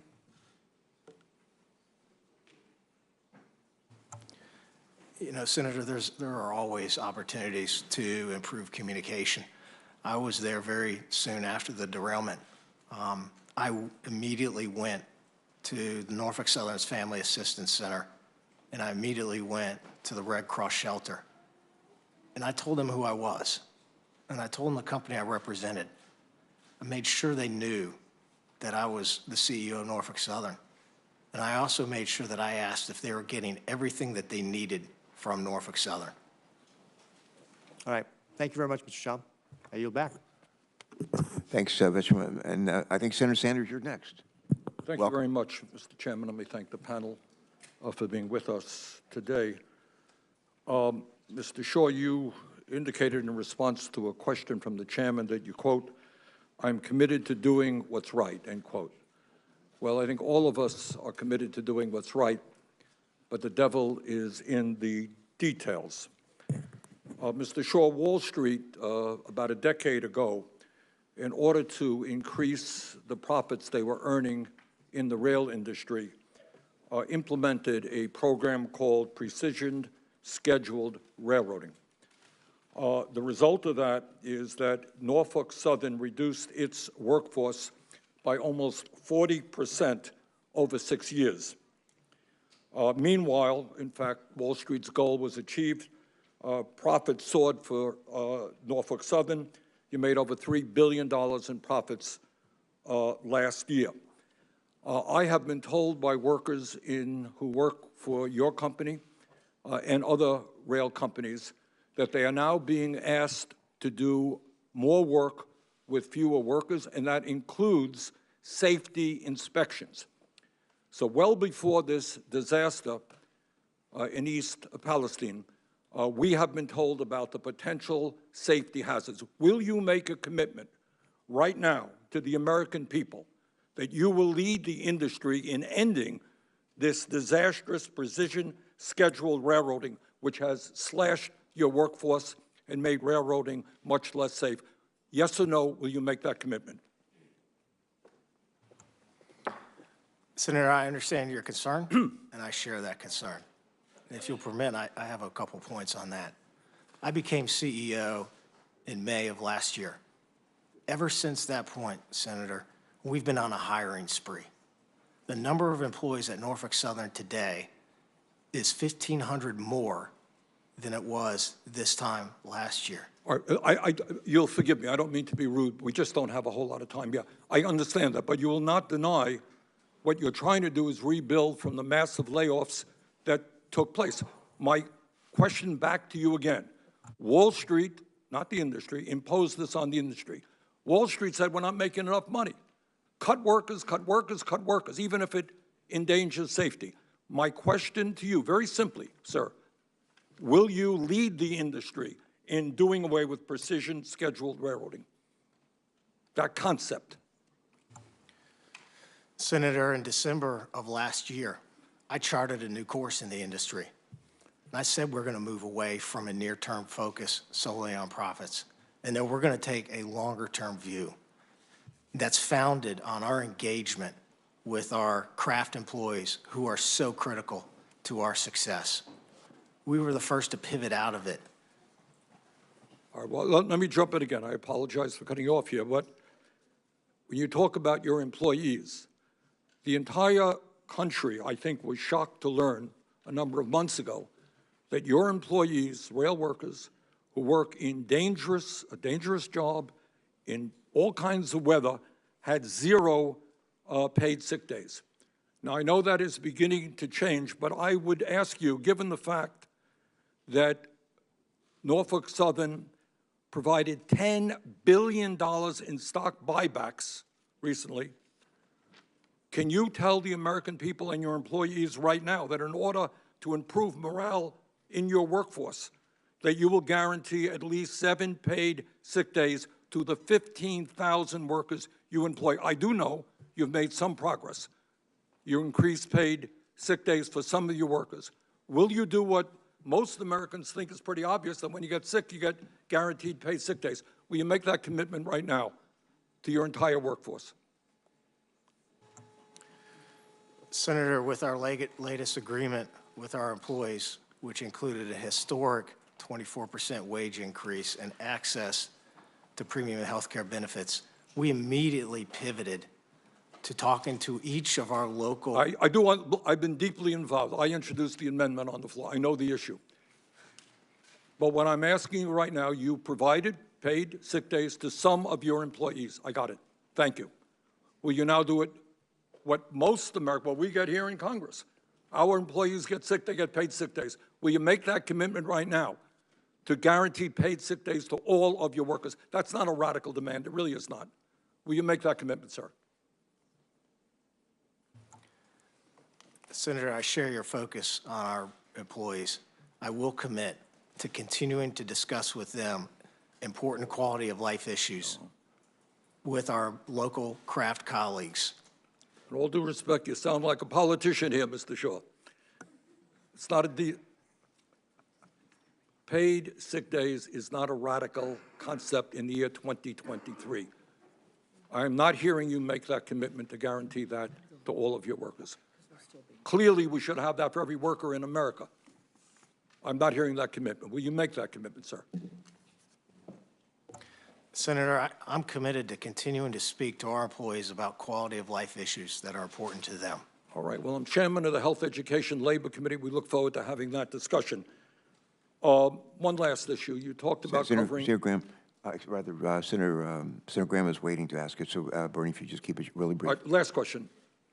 You talked about covering the needs of the people of East Palestine. Does that include paying for their health care needs? All of their health care needs? Senator, we're going to do what's right for the citizens of East What's Palestine. right is to cover their health care needs. Will you do that? Everything is on the table, sir. Thank you. All right. Thank you, Senator Sanders. Senator Graham. Let's just sort of continue what Senator Sanders was talking about. This hearing is designed to make sure that this doesn't happen again. Is precision scheduling, what was the phrase that Senator Sanders used? Precision scheduling? What is it? Precision scheduling railroading. Okay. Did that have anything to do with this accident directly? Senator, thank you for that question.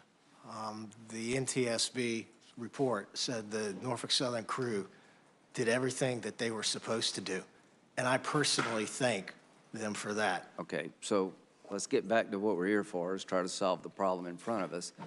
What caused this? Senator, the NTSB report is still ongoing. I'm not waiting to act. It wasn't lack of personnel, right? There was no indication that it was lack of personnel. Or that they did anything wrong? The NTSB specifically said there's no indication that the NS crew did anything wrong. Okay, when we find out what happened, let's try to fix it. And we can talk about paid leave, and I think I may have actually voted for Bernie's amendment. I don't quite remember. But I want to focus on the moment we have here. How many times have you been to East Palestine? Senator, I've been there 5 times. Ms. Shore, have you been there? Senator Graham, I've spent 11 out of the last 30 days in East Palestine. Okay. Do you think you benefited from having been there and listened to the people? Very much so. What about you, Mr. Shaw?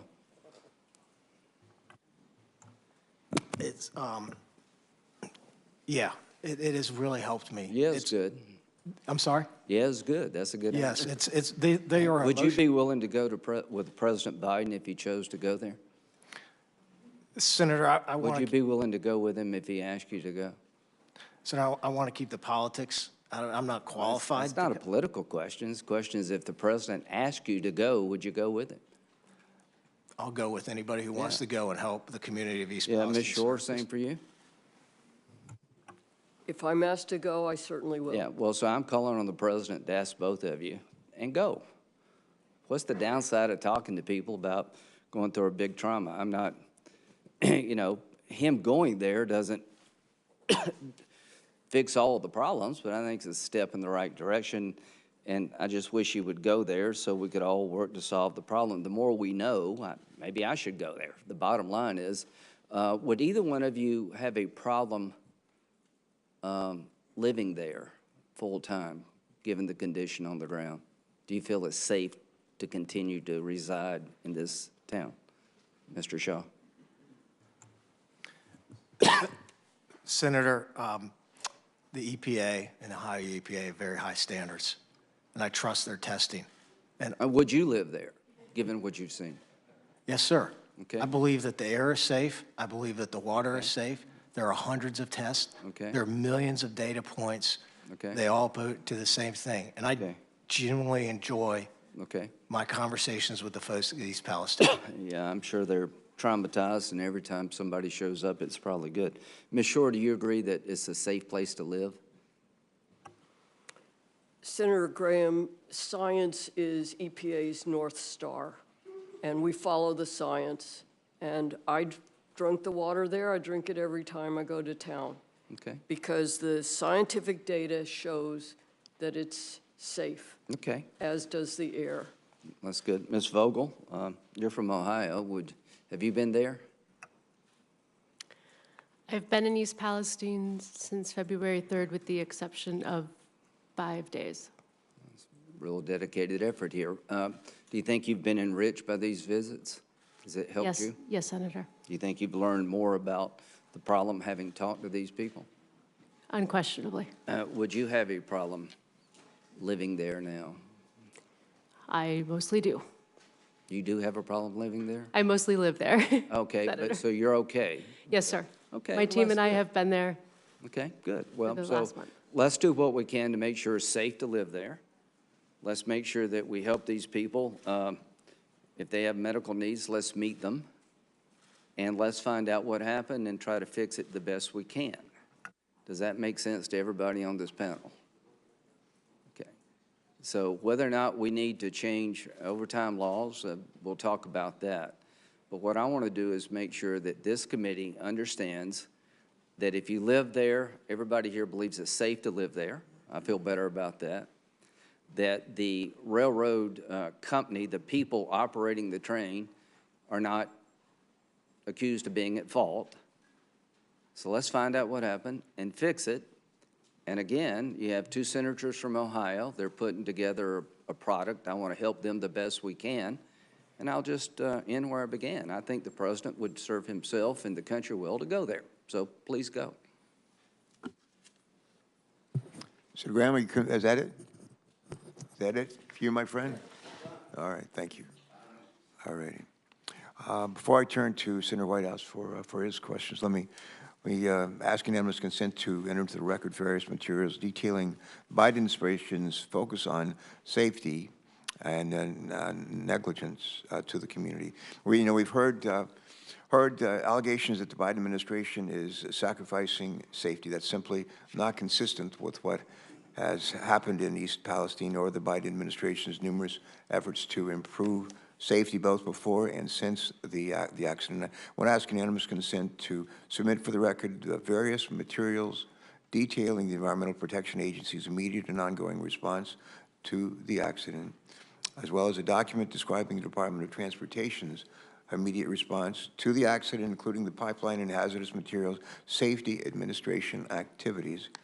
and a document showing concrete steps to strengthen rail and hazardous material safety that Secretary Buttigieg has directed the Department of Transportation to take since the derailment, and EPA's proposed rule to strengthen hazardous material management and accident prevention under the risk management program. And last but not least, I'd also note that President Biden called the Ohio and Pennsylvania governors in the first 48 hours offering assistance. Without objection, Mr. Chairman, so ordered. while we're in unanimous consent mode, may I ask unanimous consent to add to what you've asked two articles, one titled Ohio Train Derailment as a Reminder of Plastics Dangers, another entitled This Deadly Chemical Should Be Banned, and then a pair of articles related to the contractor that has been hired by Norfolk Southern, one entitled Oil Companies Rely on Controversial Firm to Rebut Colorado Health Study, and another entitled The Checkered Past of the Contractor Monitoring the Air in East Palestine, and that would be supplemented by a letter from our new colleague, Peter Welch, back in his days as a House member responding to the oil spill, expressing concerns about this company, CTEH. If I could add those to your list of UCs, that'd be helpful. Is there objection? Hearing none, so ordered. Next, Senator Whitehouse, I think you are recognized for questions. Great. Thank you. Mr. Shaw, the news is reporting that there's just been a significant derailment in Alabama of one of your trains. I certainly hope that all of your team and anybody in the vicinity is safe and well. You may need to look into that, but I wanted to mention that. I'm interested in my questions in the extent to which politics has played a role in this situation. In 2015, the federal government issued a new regulation requiring trains like yours that carry certain dangerous substances to be equipped with electronic brakes. Along with other industry stakeholders, Norfolk Southern stated that the regulation was, quote, not in the public interest, and the industry successfully got the regulation watered down. Just 3 years later, the Trump administration fully repealed the regulation. And I will ask you a question for the record for your attorneys and staff to reply to for all communications between your company and your trade association with the Trump administration relative to that repeal. You don't have to respond now. That's just a coming attraction through our QFR process. I also note that since 2002, the rail industry has spent more than $650 million on federal lobbying, with another $60 million spent on state lobbying. The 5 largest spenders were the Association of American Railroads, your major trade group, BNSF Railway, CSX Corporation, Union Pacific Corporation, and you can answer for me, who was the 5th big spender? I'll give you a hint. It's Norfolk Southern. Do you know how much it was that Norfolk Southern spent on lobbying during that period? No, sir, I don't. Okay. For the record, $69 million. Norfolk Southern lobbies through the National Association of Manufacturers as well. Do you, by any chance, know how much Norfolk Southern gave to National Association of Manufacturers in 2016 and 2017 when it was opposing the braking regulations I mentioned? Senator, I will note that the NTSB, Chair Hamady specifically stated that the braking regulation that you referenced would not have had an impact on this derailment. Okay, and will you answer my question? Do you know how much you spent against that regulation? No, sir, I don't. I also know that the government's own GAO and the National Academies of Science indicated in 2016 that the Department of Transportation's, or the FRA's review of ECP brakes was unjustified. I will ask you a question for the record that the information for 2016 and 2017 that you have reported for later years in your climate lobbying report be provided to the committee, an equivalent to what you already provide, but looking back to those years when this was at issue. We discovered that Norfolk Southern, in a statement that appears now to have been deleted from your website, had previously touted the ECP braking systems as having, and I quote you here, the potential to reduce train stopping distances by as much as 60% over conventional air brake systems. And we found as early as 2007 a Norfolk Southern lead engineer promoting the, quote, big advantage for emergency braking that ECP brakes offered. So I want to make those statements a part of the record. And is it true that the New York Times reporting that Norfolk Southern has paid shareholders nearly $18 billion through stock buybacks and dividends in 2022?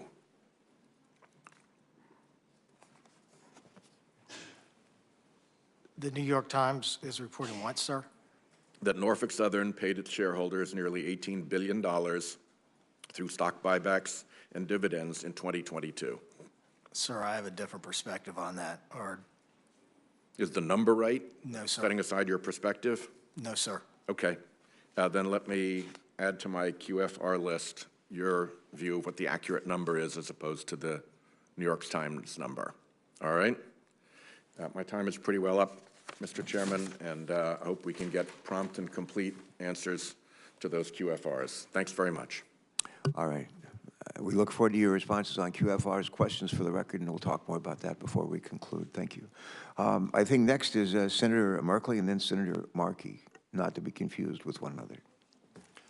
Thank you very much, Mr. Chairman, and thank you all for bringing your testimony to bear. And I do hope that the derailment that occurred just hours ago, Mr. Shaw, is one that does not endanger another community.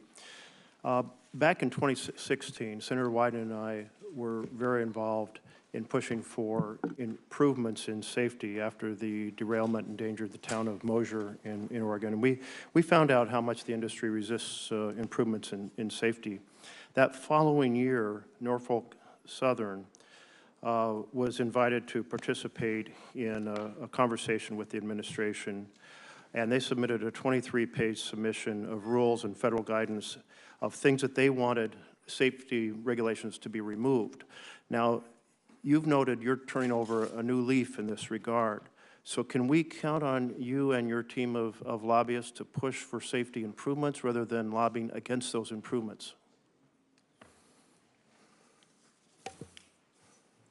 Yes, Senator, I share your concern and your focus. I don't share my concern. I just want to know, will your team lobby for safety improvements rather than against them?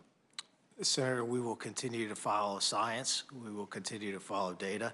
There are actually a number of areas in which we have invested in safety systems well above government regulation. I'll ask you to submit that for the record. I just really thought when you said turn over a new leaf that I thought you were saying you were going to now support safety regulations. I'm sorry you can't tell this crowd here today that would like to hear that is the case.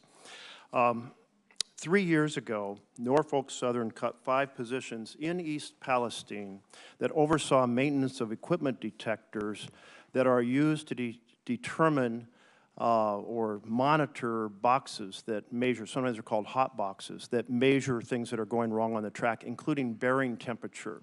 There's initial reports that defective bearings or overheating bearings may well have been the cause of this particular accident.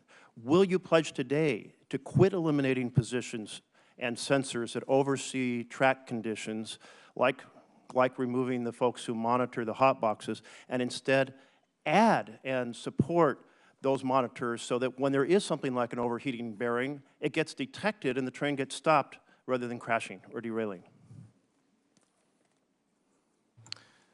Senator, the NTSB report indicated that all of the hot box detectors were working as designed. And earlier this week, we announced that we are adding approximately 200 hot box detectors to our network. We already have amongst the lowest spacing between hot box detectors in the industry, and we already have amongst the lowest thresholds. I'm delighted to hear that you're adding those back. Thank you.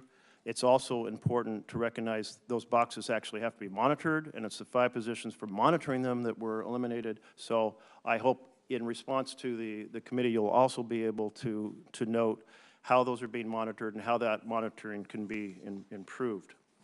My last question here is that in 2021, your company did $3.1 billion of stock buybacks, and in 2022, $3.4 billion of stock buybacks. And as of December, had another $7.5 billion available to do additional stock backs under the $10 billion stock back plan. That's quite impressive numbers for any American company. It indicates massive profits. Will you pledge today that you will do no more stock buybacks until a raft of safety measures have been completed to reduce the risk of derailments and crashes in the future? Senator, I will commit to continuing to invest in safety. We invest over $1 billion a year in safety. You noted that you have a list of safety things you'd like to implement. Will you commit no more stock buybacks until those safety improvements are completed? Senator, I will commit to continuing to invest in safety. And you've seen over time the number of derailments, hazardous material releases, and personal injuries has declined. There's always more that we will do, and I am committed to having the best safety culture in the industry. You're coming here with 3 derailments within 3 months, and the average in the industry is 1 per month for the entire industry. So congratulations on maybe some good luck over a few years, but at this moment, your team is the team that has the most derailments in the last 3 months. I just want to note that every engineer understands that if you have brakes on every car rather than just brakes on the front car, that you prevent the accordion-style crashes that you've been having. It's why any truck carrying a trailer has brakes on the trailer instead, so the trailer doesn't flip over the top of it. The industry has absolutely resisted these, trying to deploy their lobbyists to counter every single report about having those multiple brake systems. I understand that it's complicated because, as you noted, you don't own the cars. That makes having these coordinated brake systems. But listen, if we can put people on the moon, we can put brakes on every train car. This is really the single most significant safety factor that could be pursued, and I really hope that you and your company and your industry will take and start taking seriously safety, which we have not seen to this point. Senator, I take safety very seriously, and there are brakes on every car. I can assure you of that. Well, I hope you support the coordinated pneumatic electronically controlled system that you've been fighting against for years. Senator Markey. Thank you, Mr. Chairman, very much. The East Palestine train derailment was not preordained. It was preventable. It was a disaster waiting to happen.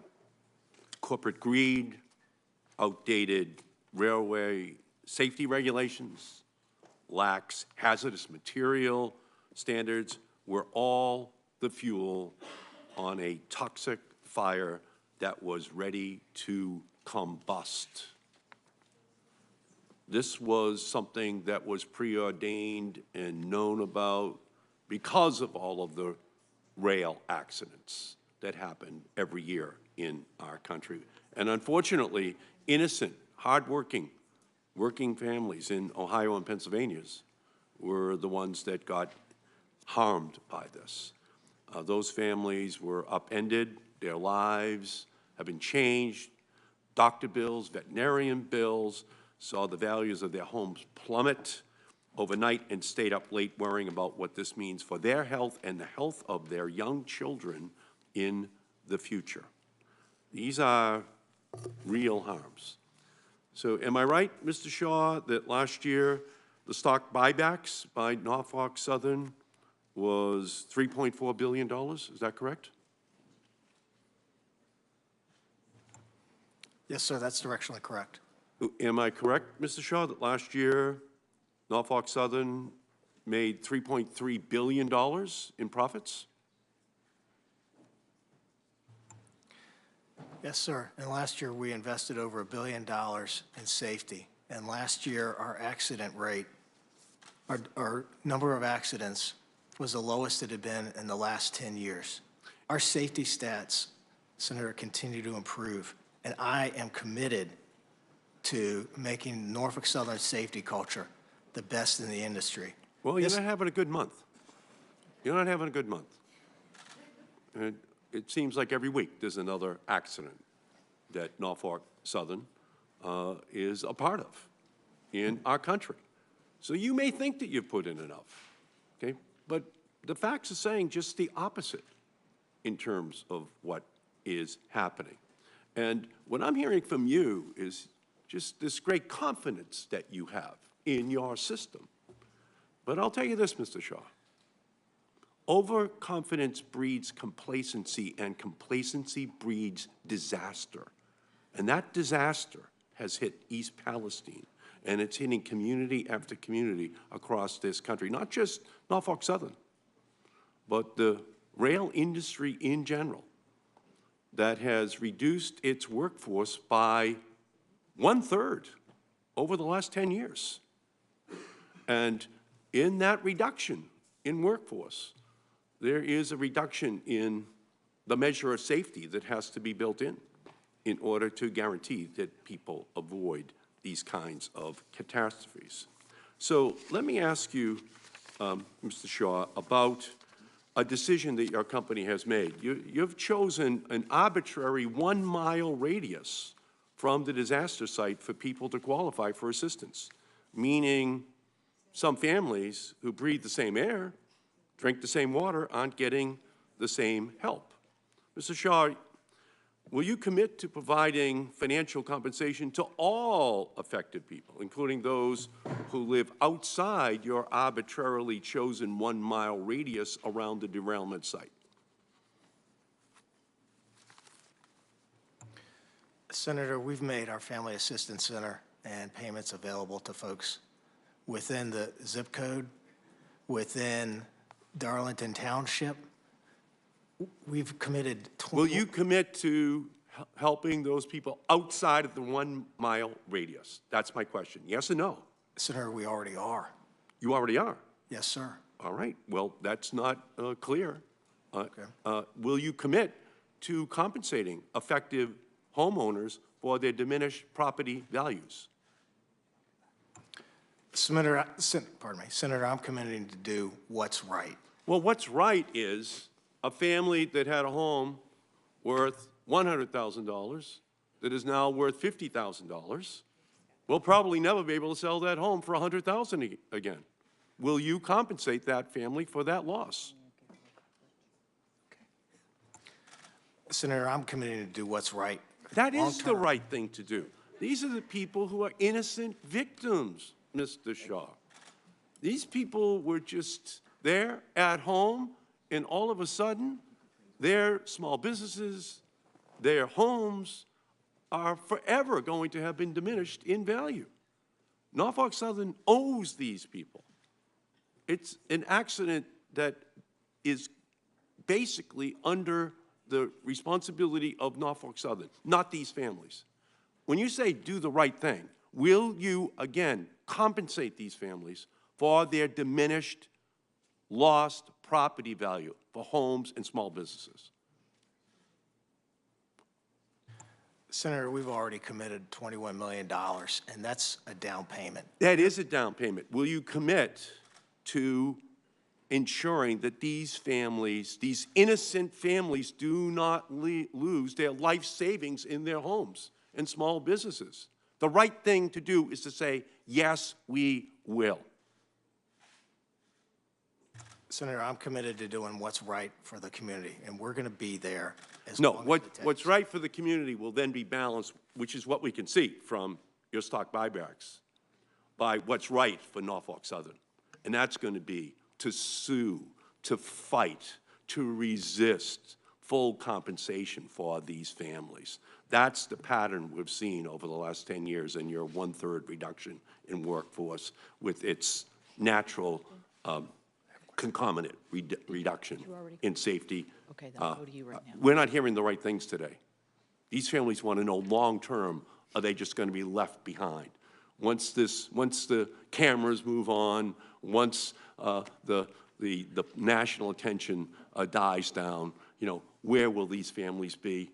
I think they're going to be in the crosshairs of the accountants of Norfolk Southern saying, we're not going to pay full compensation. That's why we're going to stay on this case until everyone in East Palestine is given the justice which they deserve. We have Senator Padilla is up next. Just by way of explanation, we're in the middle of 2 votes, so that's why we're sort of ping-ponging a little bit. Sorry for the disruptions.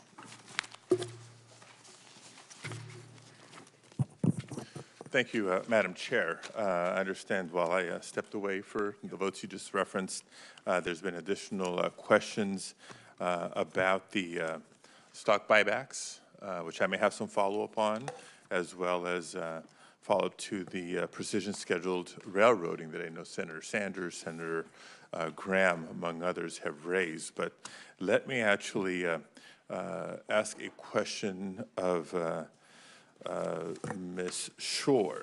Let me just find my place here.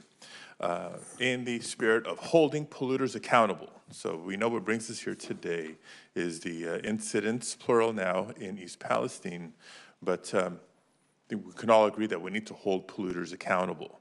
And I have strong feelings about this personally, having dealt with the fallout of the federal government failing to hold companies accountable for environmental crimes and leaving communities holding the bag. So aside from the loosening of regulations, which we need to discuss and debate, part of the conversation for the rail incident in East Palestine, I want to bring attention to a case in my hometown of Los Angeles. Under the Trump administration, the EPA, your predecessors, the agency you're part of leading, along with the Department of Justice under the Trump administration, supported a bankruptcy plan that let the corporate polluter known as Exide evade criminal liability and responsibility to clean up decades of toxic dumping, and as a result left California taxpayers on the hook for the largest environmental cleanup in our state's history. So my question, Ms. Shore, is how will the EPA ensure that what happened during the Trump administration, what they inflicted on the Los Angeles communities surrounding the Exide plant, isn't repeated in East Palestine? Thank you, Senator Padilla. On February 21st, EPA issued a unilateral administrative order. It's one of the most powerful enforcement tools that the agency has under the CERCLA, the Comprehensive Environmental Recovery, Compensation, and Liability Act, that will hold Norfolk Southern accountable to pay for all the costs of the cleanup and restoration in East Palestine. If the company doesn't comply with EPA's order, then EPA can step in, continue the work so there's no disruption in the essential cleanup, and assess 3 times the costs as penalties. It's a tool that EPA has used effectively in the past, and we will be vigorous about holding the company accountable. Okay, thank you, because again, we saw what I would consider a worst case study, not a best case study, when these settlements completely leave polluters off the hook for the damage that they've taken. I know that was the prior administration. Policies have changed under the current administration. We're working to embed that environmental justice lens as well, not just at EPA, but within the Department of Justice, and hope to make it permanent.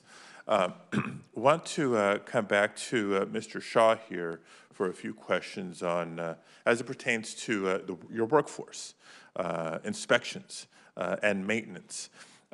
You recently announced that Norfolk Southern would be deploying more wayside detection and hotbox detector technologies as part of the safety plan. And I apologize if this is a little bit redundant with the questions that have come up prior in the hearing, but I think I have some specifics I want to get to. From what I understand, the company has also reduced its workforce by nearly 40% since 2015.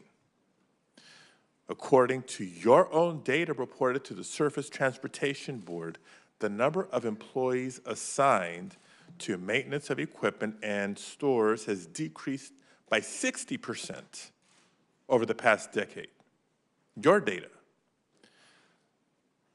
Given what's happened, is Norfolk Southern now going to hire the additional signal workers necessary to maintain and inspect these systems that you're relying on to improve safety?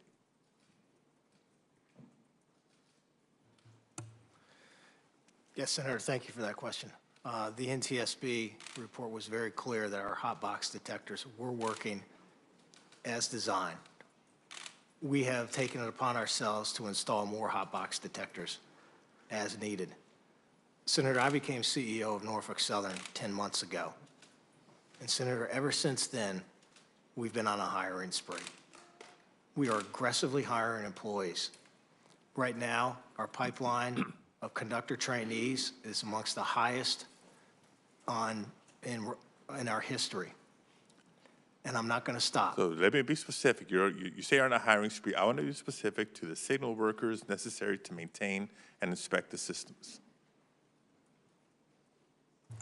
Senator, if we need to hire more signal workers to maintain and inspect the signals, we will absolutely do that. Let me ask you this question, and I don't know if you've worked the line or at least walked the line, but how many sensors or length of track are assigned to each worker? Senator, I don't have that specific information. Do you know if workers are specifically dedicated to the inspection and maintenance of these technologies, or if it's just one on a long list of responsibilities they may have in the course of a day? Senator, I don't know the specifics to that. I'm happy to get that information to you. Well, let me tell you why I ask. According to the AFL-CIO's Transportation Trades Department, the amount of time carmen have to inspect each car in a train has been reduced by 2/3, from 3 minutes to now just 60 seconds per car. 60 seconds. Do you know how long it takes to walk the perimeter of a single car? You think 60 seconds is enough to not just walk the perimeter of that train car, but does that leave enough time for an actual thorough inspection? Because I can imagine that this gives us the confidence that carmen have the time to conduct that thorough inspection to identify or find any potential defects before the cars are sent back into service. So I know initial reviews and studies have said the sensors were or weren't working as you mentioned, but the investigation is not complete, right? NTSB is still doing some follow-up work. So sorry to drill down on a specific, but these specifics matter. And it's not just the technologies, it's the workforce necessary to install, to maintain, and to ensure that they're properly functioning. And to me, it just falls into the greater pattern that we've seen for the past decade. Workforce overall reducing, corporate compensations to stock buybacks on the upswing when the workforce that keeps the trains running and running safe is what's being compromised. I know my time is up. Thank you, Madam Chair. Senator Stabenow. Thank you very much, Madam Chair, and thank you to everyone for being here. This is obviously incredibly serious. Mr. Shaw, Norfolk Southern's lack of transparent communication with impacted states, I'm specifically thinking of Michigan now, during the cleanup process concerns me. Do you think it was acceptable that the company started moving toxic waste from East Palestine to Michigan without notifying Michigan officials?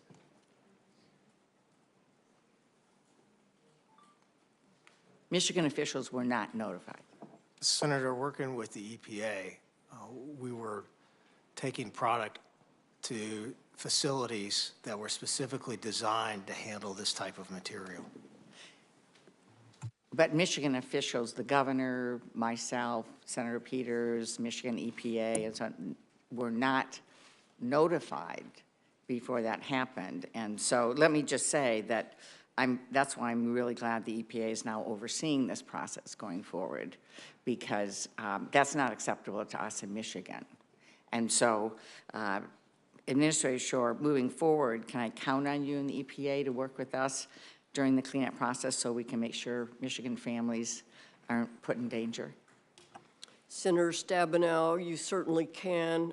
The administrative order that we issued that went into effect fully on February 27th requires Norfolk Southern to notify our co-regulators, in your case the Michigan Eagle, of shipments to the state.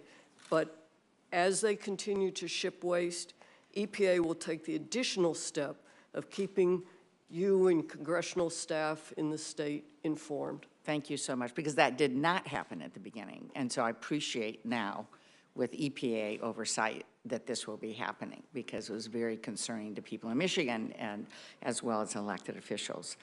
I have a quote from Norfolk Southern. "We are going to learn from this terrible accident and work with regulators and elected officials to improve railroad safety." Mr. Shaw, we certainly need to do that. We certainly need to strengthen safety standards, especially now that we have an administration that supports strong standards instead of working to gut them like the last administration did. So we're now in a good spot to be able to move forward. We have bipartisan legislation to do that. But here's my question. When you tell us the company is ready to learn from this, I'd feel better if this wasn't the 20th time since 2015 that the company has had a derailment result in a chemical release.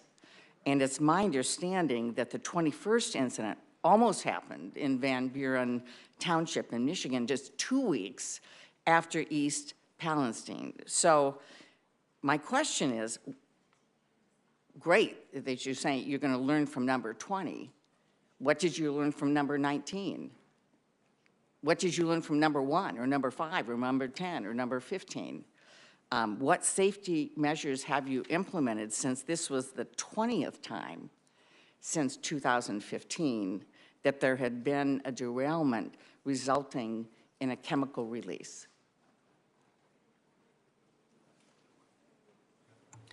Senator, I think that's the right thing to focus on, and I'm focused on it too. We invest over $1 billion a year in safety, and you've seen over time the number of derailments and hazardous material releases and personal injuries decline. We will continue to get better, and I'm committed to creating the best safety culture in the industry.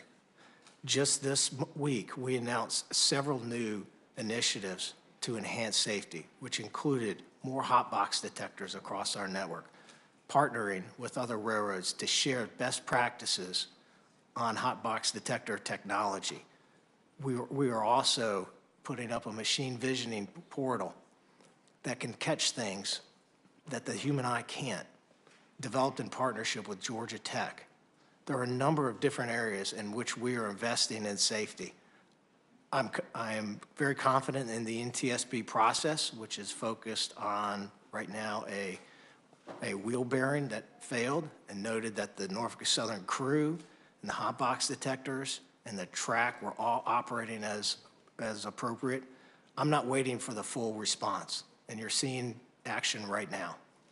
I appreciate that. I think it's probably hard for families and businesses in East Palestine to hear this, though, when if that had been done in response to number 18 in the derailments, or number 15, or number 4, or any of those, we wouldn't have had number 20, which is what's happening to the community right now. And my heart goes out to them and what they're having to deal with, and frankly, having had these different but similar situations with toxic substance in Michigan and so on, this is going to take a long time for them to be able to recover. And so this is number 20. I don't want number 21 in Michigan or any place else for that matter. And we've talked a lot about the investments that you're looking at and making in the community, which you need to do legally, morally, ethically, in every which way. But I also hope that you're looking at taking another look at stock buybacks of the future. I know you've done $6.5 billion already in the last 2 years, and there was $7.5 billion supposedly coming up. It'd be a better use of that money if, in fact, you were investing in aggressive, responsible safety measures and making this community and any other community whole. Thank you. Thank you, Senator Stabenow. We've got a couple of questions, and then Senator Capito is going to ask some questions, and then we'll probably go to a closing statement. But last August, EPA proposed, this is be a question, I think, for Administrator Shaw and for Mr. Shaw, for both of you. But last August, the EPA proposed to amend its regulations for the risk management program, as you probably know, which is an important program to help businesses avoid and address hazardous chemical accidents. EPA's proposed changes would improve the accident prevention program, enhance emergency preparedness, and increase public availability of chemical hazard information. The goals of these changes is to improve public awareness, and to improve preparedness, and to improve safety. However, the Association of American Railroads, I'm told, of which Norfolk Southern is a member, submitted comments to EPA expressing concern about the proposed changes. Those comments assert that the safety requirements that EPA proposed would, this is a quote, have limited use, close quote. And let me just ask Administrator Shaw, can you explain how the risk management program and EPA's recent proposed changes will help protect the health and safety of first responders and the local community? And then I'll turn to Mr. Shaw. But Ms. Shore. Oh, sure. Yeah, Administrator Shaw, can you explain how the risk management program and EPA's recent proposed changes will help protect the health and safety of first responders and the local community? Thank you, Chairman Carper.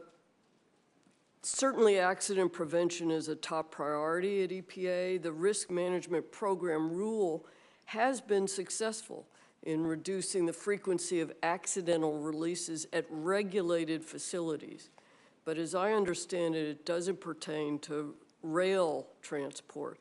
So there's work that we can do there to try to protect first responders who are responding to derailments and releases resulting from rail accidents. Okay. Mr. Shaw, does Norfolk Southern oppose EPA's proposed changes to the risk management program to enhance our preparedness for chemical accidents? Senator, I apologize. I'm not familiar with that program. I'm happy to review the legislation or the program and discuss it with you further. I have a sincere appreciation for the first responders from Ohio and Pennsylvania, some of whom are joining me on this panel, and West Virginia, who ran to the scene. As a result, we just announced yesterday a regional first responder training center that will support the first responders of Ohio, Pennsylvania, and West Virginia. And every year, we train approximately 5,000 first responders, and so we are committed. Is that in the states in which you operate? Yes, sir. No. Okay. All right. Last question. This is really a question for all of you, and Mr. Brewer, I'll start with you. And but the question's for all witnesses. My colleagues, including certainly a ranking member, have heard me say that in adversity lies opportunity. That's Einstein. Pretty smart guy. Most people remember Einstein for saying the definition of insanity is to do the same thing over and over again and expect a different result. That might be pertinent here today as well, but I always believe that in adversity lies opportunity, and that's the way I approach life, and I think it's the way a lot of us approach life. But the this environmental tragedy creates not just tragedy and heartbreak, real heartache for a whole lot of people, but it also creates some opportunity for us to examine not only what went wrong in the on the heels of this derailment, but also to look at some of the moments where things went right,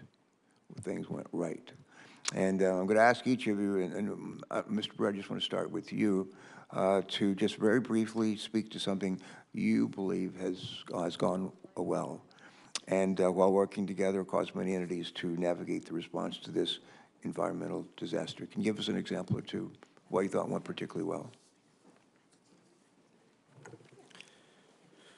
Sure. I think relationships we have with everyone up here, the other responders, was positive. Initially, we had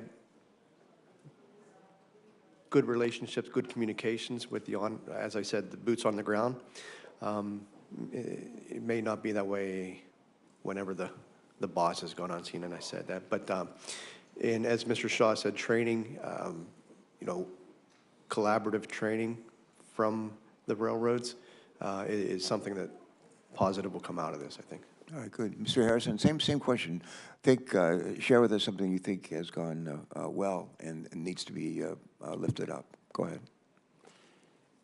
For Orsanco, the success of our partnership investment in planning, building the organic detection system, training our staff, this was not a unique response. We get several hundred reports of potential spills a year from the National Response Center. So we have been doing this for decades, and so having the ability to put that in place, I think, has been very positive, and also just to demonstrate how our team and our system and our partnership works. All right, thanks. Ms. Vogel, same question, please. Chairman, the mayor of East Palestine and the fire chief have really done such an exceptional job representing their community, protecting their community, connecting their community with people who can provide scientific answers. They've done such an incredible job refuting misinformation that's out there, that we're getting people connected with the scientists either at Ohio EPA or US EPA, and I do think that's an example of something that has gone very well. All right, good, thank you. Sure. Chairman Carper, I think what has been remarkable, though it should be standard, about the response to this disaster in East Palestine is the way local, state, federal agencies have worked collaboratively together, that it's not been about politics but about people. You've seen Democrats standing with Republicans. President Biden was on the phone to Governor DeWine saying, whatever federal resources are needed, they will be there for you. He did the same with Governor Shapiro of Pennsylvania. You saw Administrator Regan standing to announce the order with Governor DeWine and Governor Shapiro, with Congressman Bill Johnson and Congressman DeLucio, and so many others. I think that collaboration focused on getting this cleaned up has been quite remarkable. Yeah, good. Thanks for those. Mr. Shaw, same question, please. Thank you for the question, Senator. I've been really clear that I'm focused on the environmental cleanup and helping East Palestine thrive. The things that have gone really well have been the coordination and the collaboration that we've received from the folks at this table. And I've made a personal commitment to Secretary Buttigieg and Governor DeWine and Mayor Conaway and Fire Chief Drebeck and Governor Shapiro and Administrator Regan that we're going to do everything it takes. I have a genuine affection for the folks of East Palestine, which I know several of my peers on this panel do as well. And when you walk around town, you're starting to see these yard signs pop up. And the yard signs say, "We are East Palestine." And it goes on to say, "Welcome to America's greatest comeback story." And Senator, I want to make sure that that happens. Yeah, we have a great opportunity here if we can collaborate and work together to lift, not just to lift up, not just to address immediate problems and crisis, but actually to empower the people of East Palestine and the communities around them, to empower them. And I think that's a good thing that can come out of this. Senator Capito, thanks so much for your work on this. Thanks. Thank you, and I think it's, in my opening statement, I said we need to find out what went right and what went wrong, so I really appreciate the comments of what went right. I'm going to go back to the other side. I'm still very disturbed about the communication issue, because we've seen it already in the panel. Ms. Vogel said initially there were some, you had the need to refute poor information, and that there were some communication gaps. Mr. Brewer has said that there were some communication gaps, at least as far as 1 car to 5 cars and maybe some other things. And I understand in the haze of what was going on at the very beginning, some of that is going to occur. Senator Stabenow said she didn't know, her governor didn't know that cars were being brought to Michigan carrying hazardous materials, and it seemed as though, even though the EPA has to okay where Mr. Shaw and Norfolk Southern takes this materials, it was a little passing, who's supposed to do it? I mean, Ms. Shore said that Mr. Shaw is supposed to. It seemed to me to be a shared responsibility, but you know, we can't get into it. All I'm getting back to is if you're sitting there in East Palestine or in Beaver County, Pennsylvania, you're seeing this huge pile of hazardous materials and you're smelling it. And the reason I'm coming from this as been from a community of Charleston, West Virginia that had a chemical spill in the early 2000s that everybody told us was safe to drink, but it still smelled. And you just lose your trust in what people are telling you. And this is what the neighborhoods and the surrounding areas are doing. So then when I ask the question, where is this material going? Both Ms. Shore and Mr. Shaw said it's going somewhere, but we don't know where. What does that do to trust? I mean, I don't know. Are the trucks moving or not? Were they stopped in Michigan or not? Why were they stopped in Michigan? You know, all these questions, I think, just, and then the people living there still have to look and smell and fear. And so I think we just need to get our the transparency of where this material is going, how long it's going to take it to get out, how deep does it have to go, all these questions that people are asking, because they want this over. And that's what you're trying to do, trying to get it over and make it safe. So as we go to lessons learned on the communication, I would just hope that we, in the after report that we know is going to be generated, that this is really a key part of what everybody looks at from all the different respondents, both from Norfolk Southern all the way to the people right there. Do you know what's burning? Do you have the right equipment? Do you have the right fire fighting equipment? Because chemical fires are different than other kinds of fires. I don't need to tell you your business, but you know all that. And so I'm still very concerned about the communication aspects, and I know Governor DeWine has been right there front and center, and I want to thank him for that, and you all too. So that's my comment there. My question is from Mr. Harrison at Orsanco. And the reason I'm interested in this is because that Ohio River feeds a lot of our water systems in West Virginia. So what's coming down through there and through is so critically important. Orsanco does a great job. I know you did multiple testings, but why were you uniquely positioned to respond as well as you did? Your information was coming out quickly. Your tests were coming out quickly. My understanding is your tests and Ohio's tests were coming out much more quickly than the EPA's test. Is there truth to that? And why can you come and respond as quickly as this? We need your microphone. In Orsanco, I appreciate that. We have been working to protect the Ohio River as a drinking water, industrial water supply for 75 years. And so through our preparations, I have a great team of 22 professionals and our partnerships.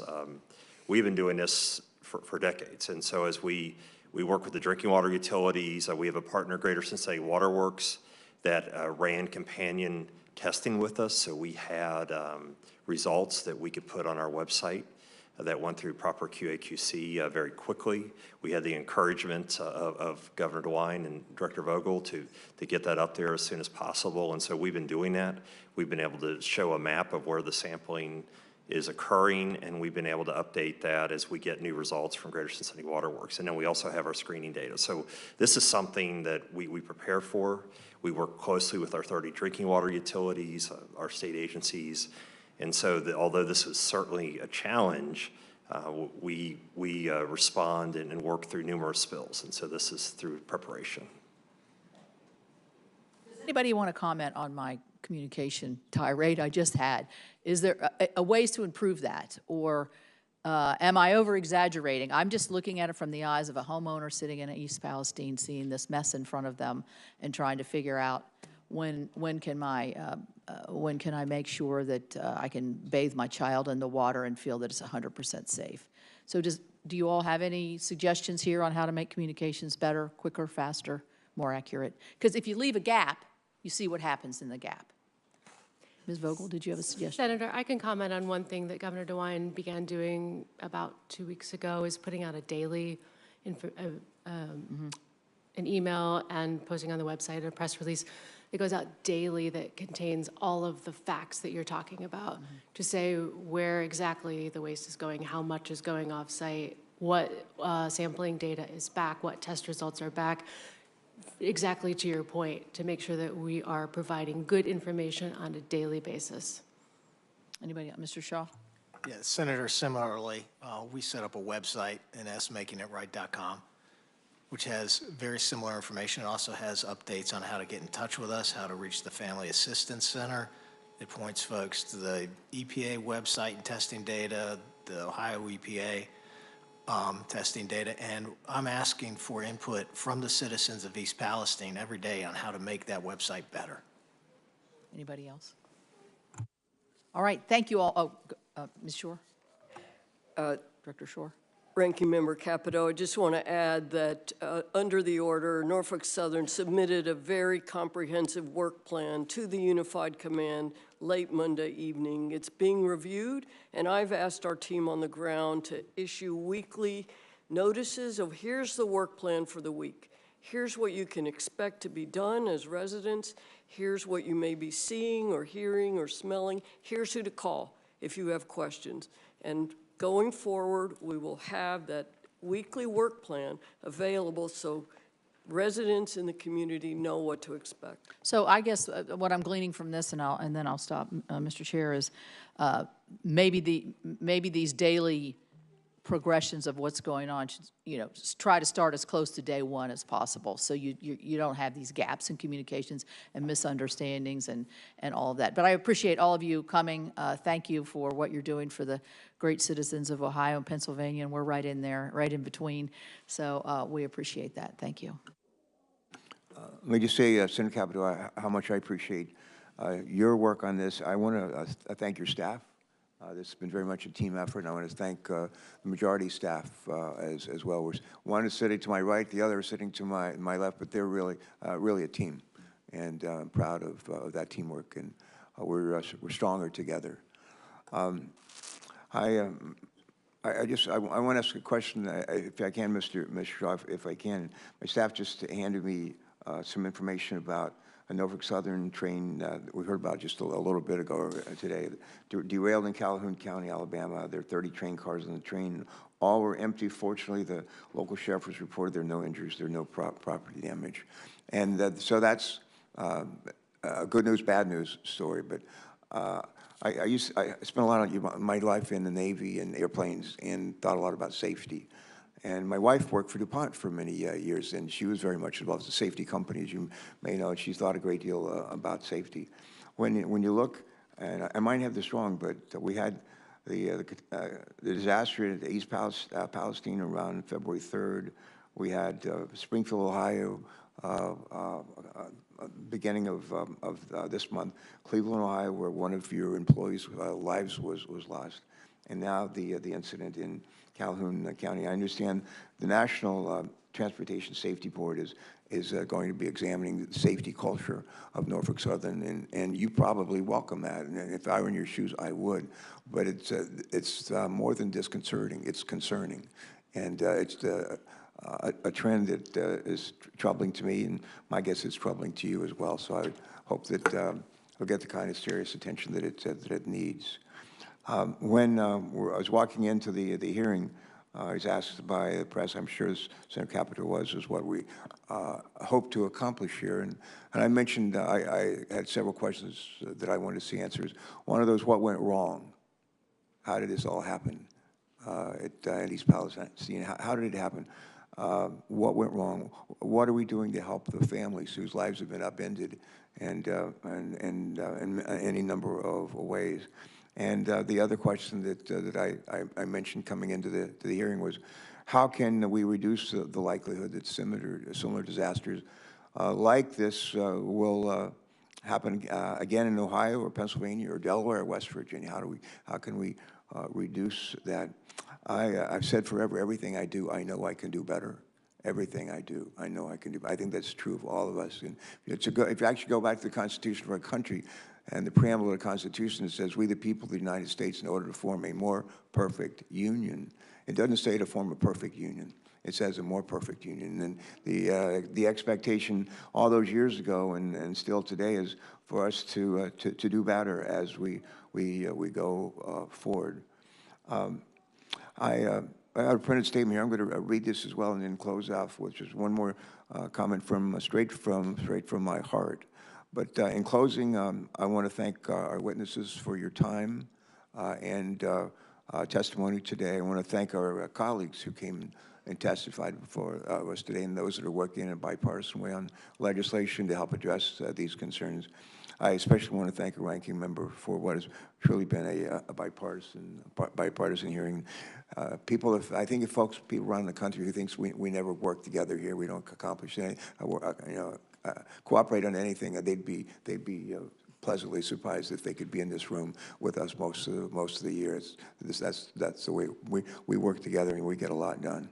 But today's hearing provided some much-needed answers for the American people. We've learned more about what happened the days and weeks after the Norfolk Southern train derailment and subsequent release of chemicals. We've also learned that EPA and its state partners were on the ground within hours and still there today. We've heard from local officials that Norfolk Southern poorly communicated with them initially, and that created mistrust in the community, at least initially. And one of the things I'm concerned about, I'm not a big fan. I said, Mr. Shaw, yes/no answers. That's not usually my style. But I didn't think we heard as many unequivocal yeses as I might like to have, and we might want to revisit that at another time.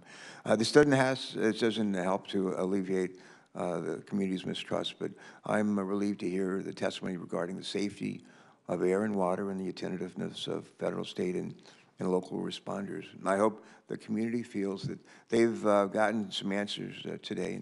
And I'll say this again, we stand with the people. We stand with the people of East Palestine and surrounding communities. And I commit, and I know I speak for this Senator Capito, I commit to hold Norfolk Southern Street to the fire to make sure that this community is made whole.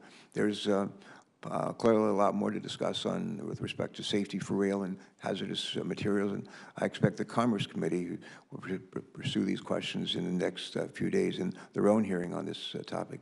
I think it was Bill Gates who once said, it's fine to celebrate success, but it's more important to heed the lessons of failure. Think about that. It's fine to celebrate this success, but it's also important to heed the lessons of failure.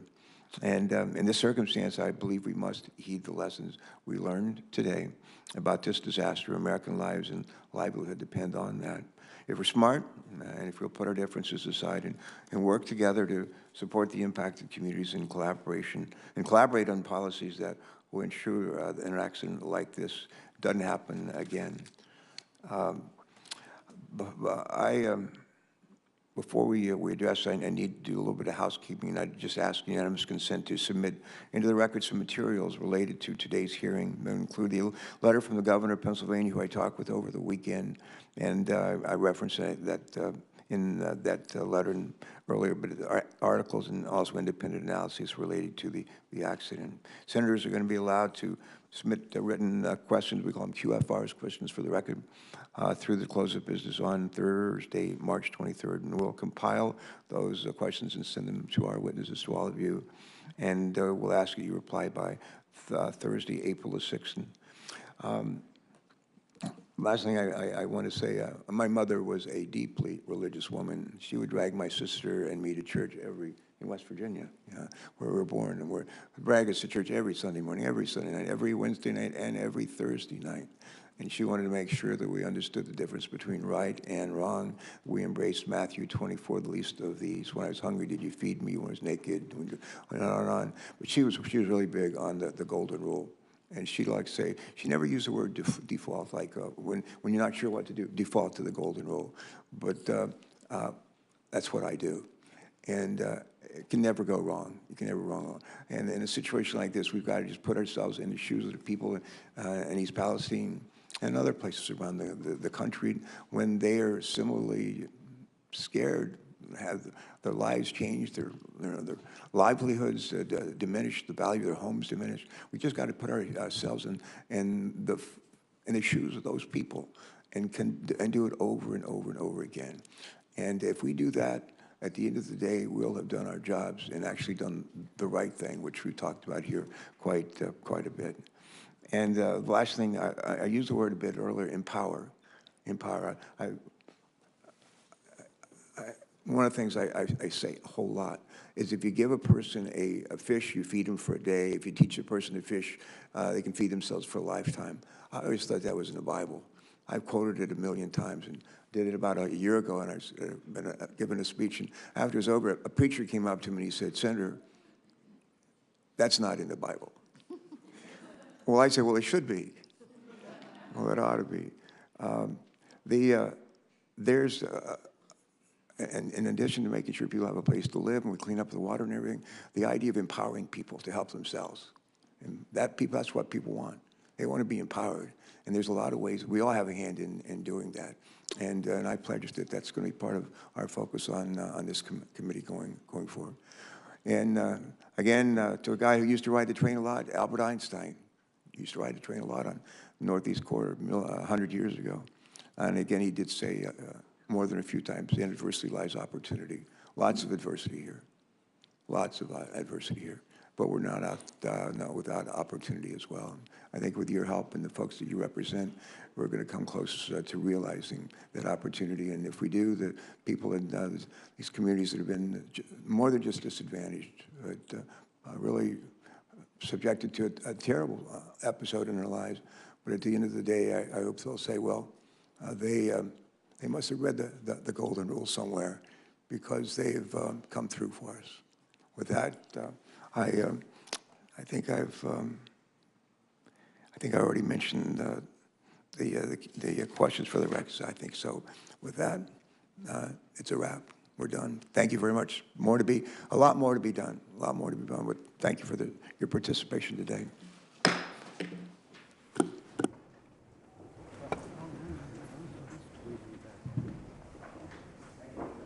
Well, you got another one done. Good luck. You're welcome.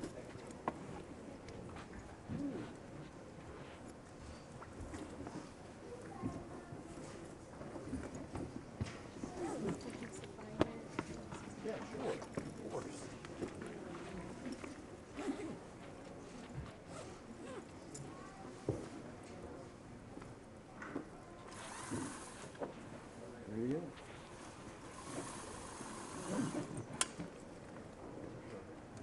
Sean. Thank you. Good talking to you. Look, congratulations to you. Sean there.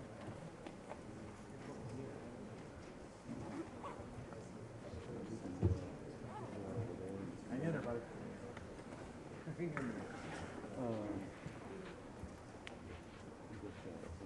Yeah, sure.